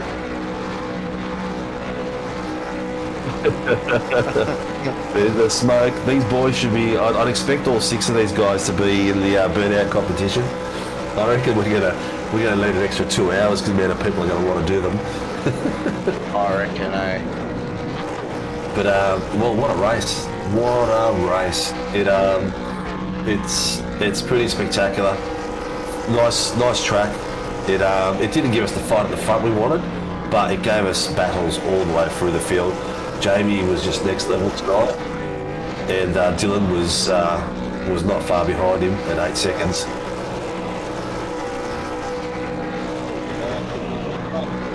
Yeah, look, on that note, guys, it's been a very, very good night. Unfortunately, I have to go. I won't be able to enjoy the podium chats with you. That's all right. Thanks for coming on board tonight, mate. Sometimes real life gets in the way and you got to do what you got to do, but I appreciate you coming on board and joining the team with me and the Puppet Master in the back, Rob. And I'm sure we'll see you on comms and hear you on comms in the not too distant future. I'll interview these boys and bore them to tears and send the show off to its 909 No worries, boys. We'll have a great night, and yeah, hopefully I'll get to sort you guys out at some stage shortly. But enjoy the podium and have fun. Yeah, sweet. Where are we going to start with, Rob? We're going to start with the boys at the back.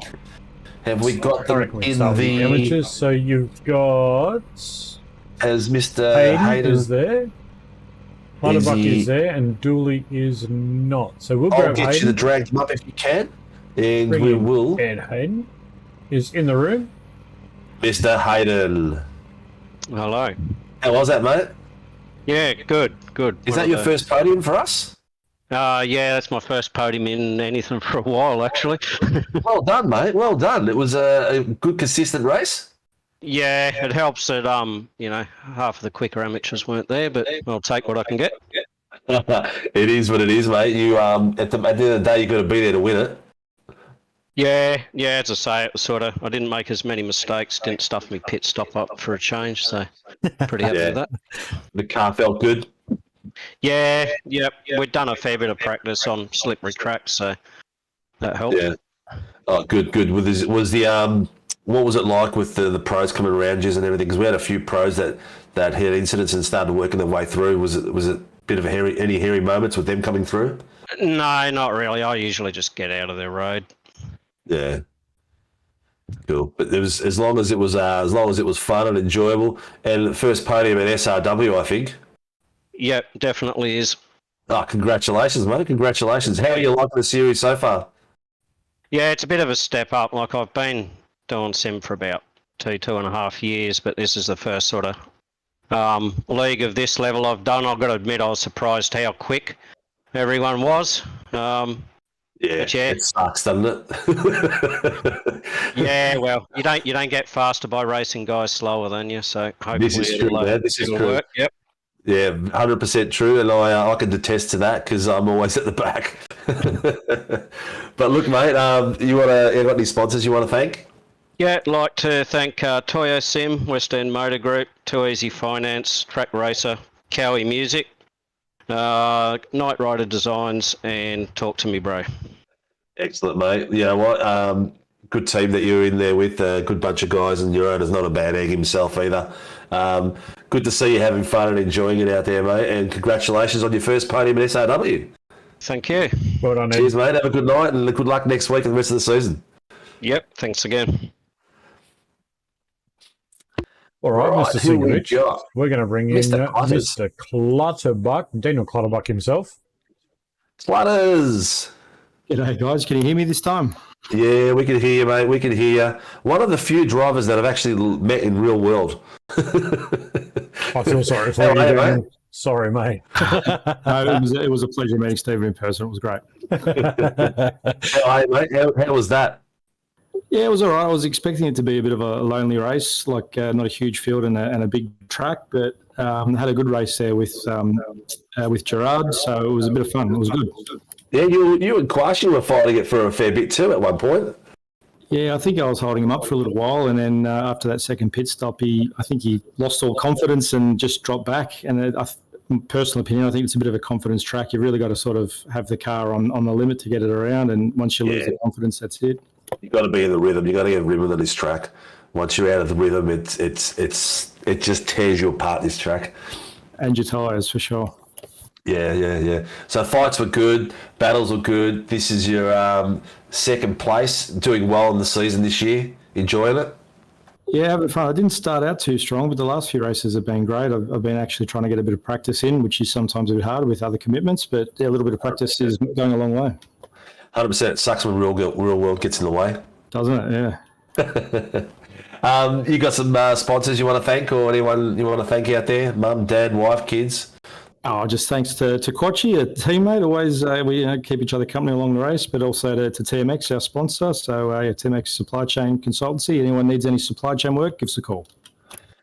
I might have to give you a bell, actually, mate. I might have to give you a bell. I'm always looking for something new out there.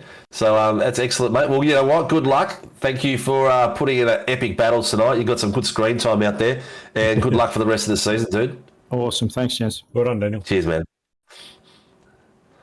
All right. Well, sadly, it doesn't look like we got Mr. Dooley in there to have a chat with about his win tonight, Stephen. So I don't know what we're going to do. We might just throw straight he to our probably didn't realise. Yeah, probably didn't realise that we'd interview him. Yeah, but Troy, if you're still around near the server, mate, come jump in. Ah, there he is. Hold on. Let's bring him in. Troy Dooley, got us on the worry there, Mr. Troy. Dooley. Yeah, how you doing? Mate, is it this? You got rid of the blue stripes? Is that what's changed everything? What's going on? Must have been those Ford replica colours or something. I don't know. I know your car from the day you started driving because you started off near the back with me, and I've noticed in the last few seasons you have just gone, bye Steve, catch you later, and now you're fighting up near the top, and now you're doing down podiums, man. What's going on? You're breaking my heart. It's pretty good, yeah. It's just a misspent youth, I think, catching up with me. That's a good call. I love that. Is this new sponsorship, or is this what it is? Is that why the livery's gone from the traditional Mustang blue stripes? Yeah, we've gone away from the old one, something different, because we've got a new team member racing a Holden, so we'll go away from the Ford colours. Yep. Cool. Are you going to be driving a Chev or the Mustang when it comes out? Oh, it's got to be the Mustang, doesn't it? Good to hear, mate. We won't hold that against you. I was hoping you weren't changing your colours. Is this your first win?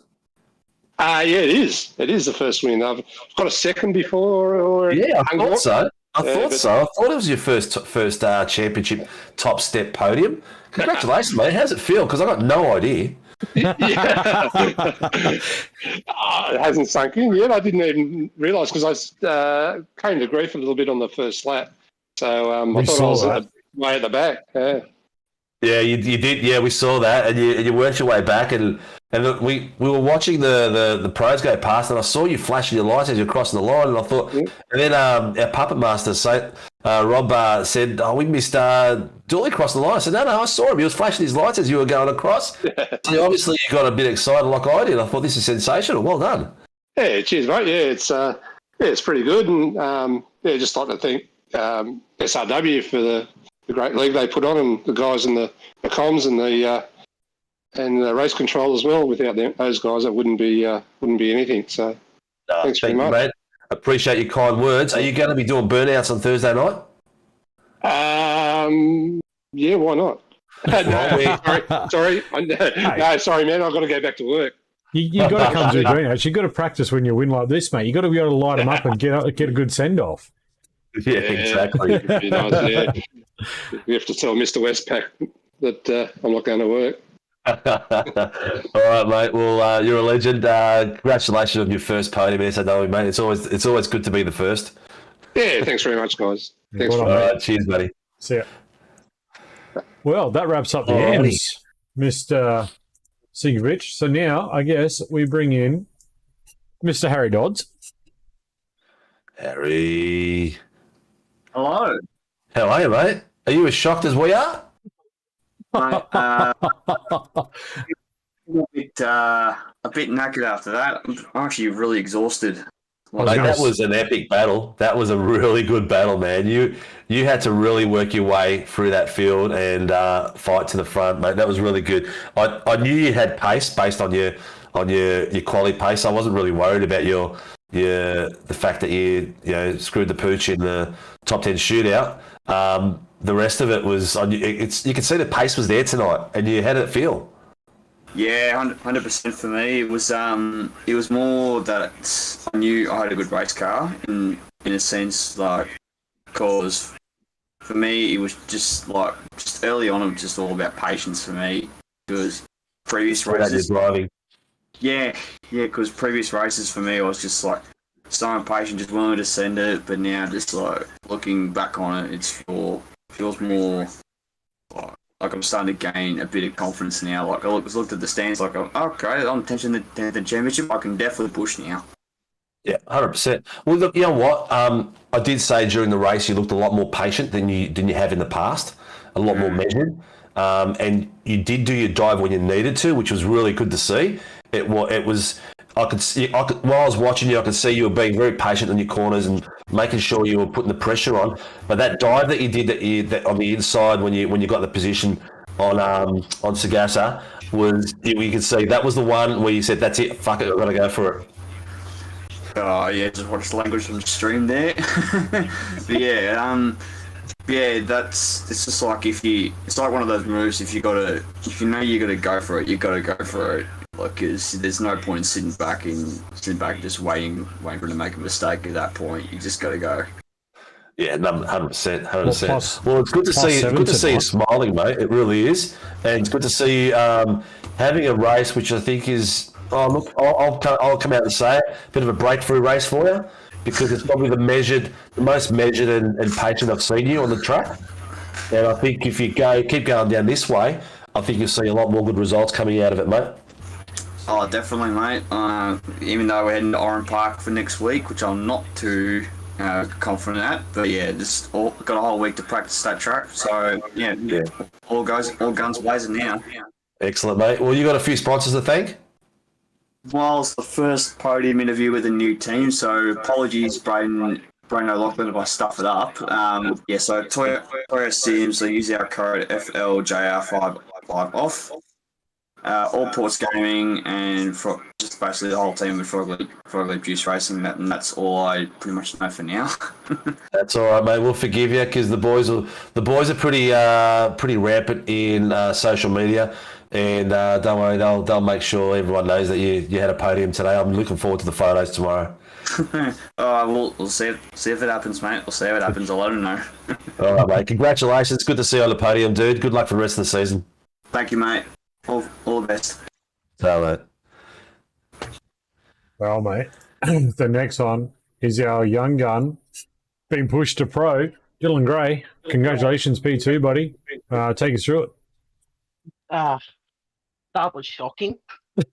P2 is shocking. I mean, you're talking to Stephen in the room, mate. Come on, P2 would be fantastic. Well, the start was shocking. Then once I got past, had that little battle with Bruce and then he made the mistake after I got past him. I think 2 laps later, it was literally just a cruising race to the end. I knew I wasn't going to catch Jamie, so I just went, screw it. I'm just going to cruise it home.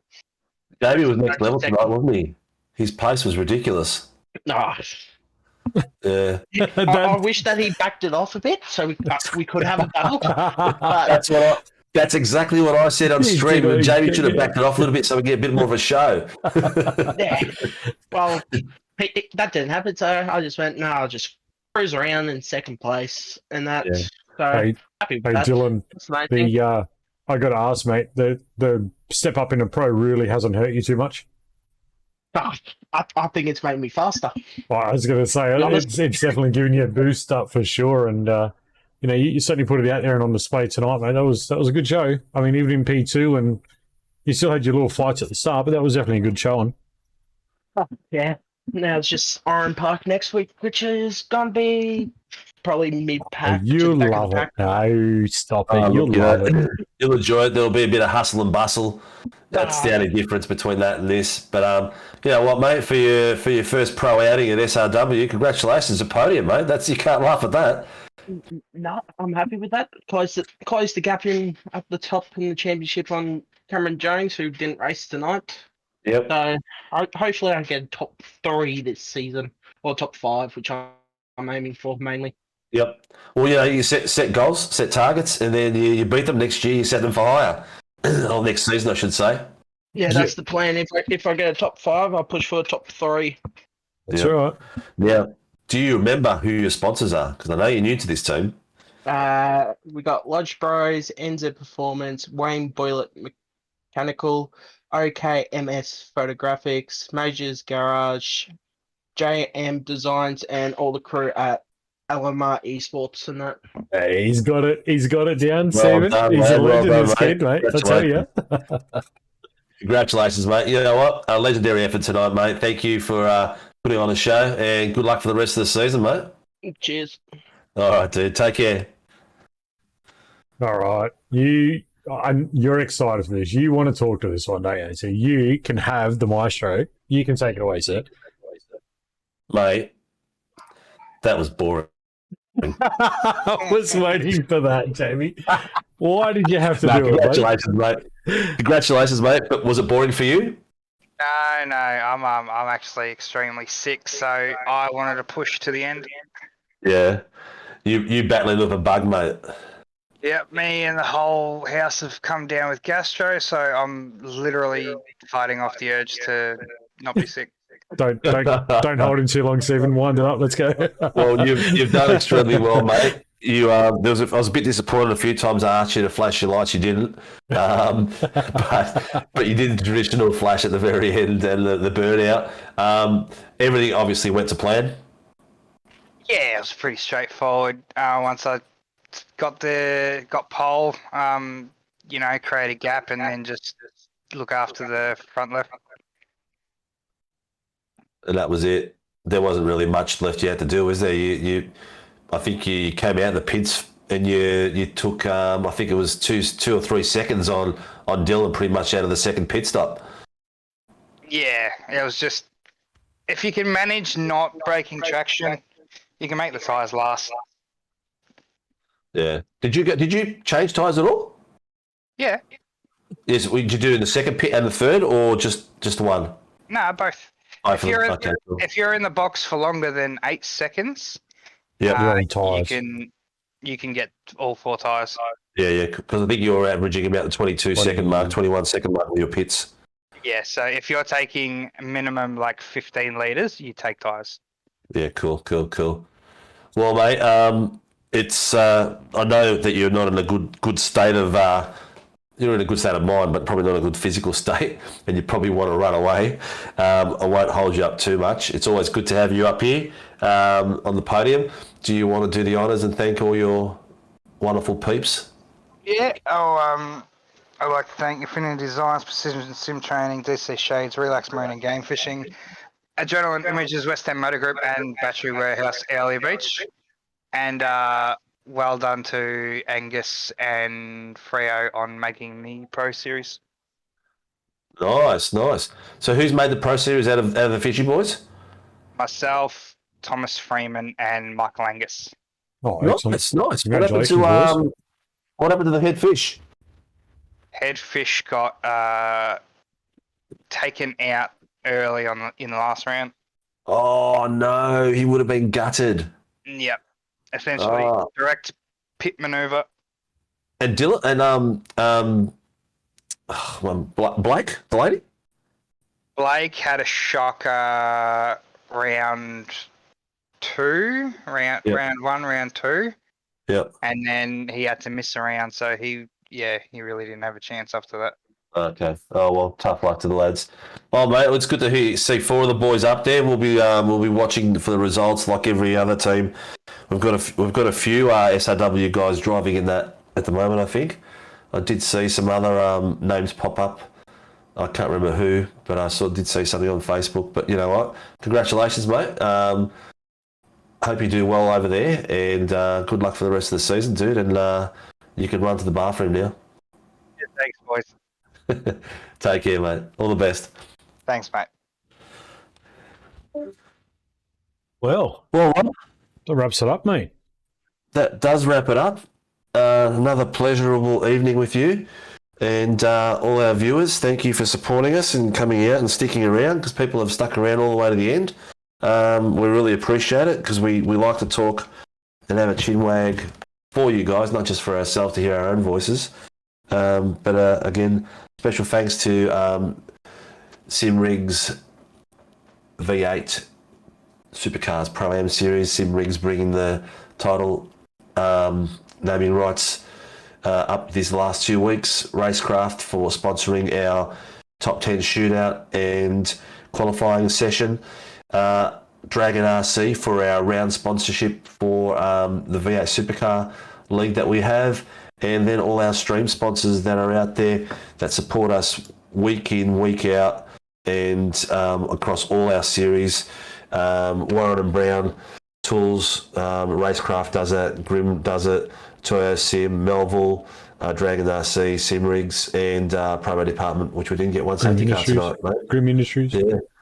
And Grim Industries, I did mention, yeah. It's thanks to everyone that comes on board. Thanks, Rob, for putting up with me. Oh, mate, thanks for sitting in the booth and having a chat. It's good. Yeah, it's always good on a Sunday night. I do appreciate it. I'm glad I'm not out there on a Sunday night competing at this level, because I can't. I think I'd be even in the amateurs that come on a Sunday night are next level amateurs compared to what we have on a Tuesday night. But don't forget, Tuesday nights, dial into YouTube. We've got our amateurs racing, our top 10 shootout. Wednesday night we have our TCRs followed by our Formula 3s. Both got epic fields and fast guys driving in both of them. The F3s have gone next level this season with averaging around 30 cars a night. It's pretty crazy. It's become one of our premier series. And the action is hot too. It is. The battles are crazy. It's one of my hardest things to do a highlight reel for is the F3s, because there's just action packed all the way through, and the cars are as fragile as paper. And then followed by Thursday nights. People don't forget, Thursday nights are event nights. It's our Tempting Sweets night where we do a special event. This week we are doing Winton Raceway. We will be doing burnout competitions. The following week we'll be back at Winton doing drag racing. So we'll be having a bit of fun doing that. And then the following Thursday, we don't know where, but we will be doing some drifting.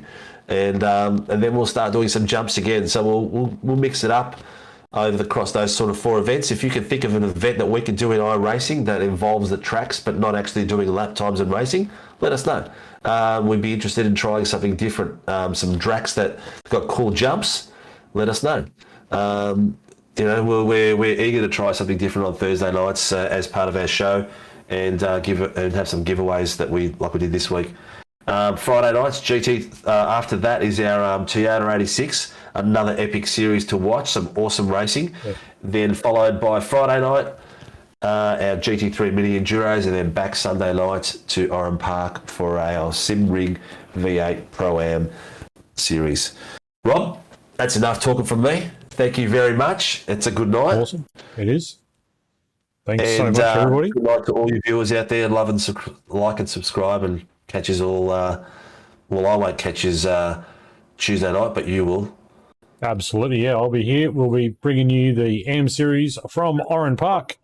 Look forward to seeing you guys all then. And from us here at the team, it's good night, and we'll see you Tuesday. Good night, as Toddy would say. Much love to everyone. Good night. The total one, this is amazing. Up and clash heads again. This is like Chaz Mostert and Cam Waters. Almost the same situation. Better contact going down to the hill. Sam Noble wants to sniff from Dave Coleman now. Sam Noble model right now because tell you what, Bruce Tanner and Jamie Dyke just blown away from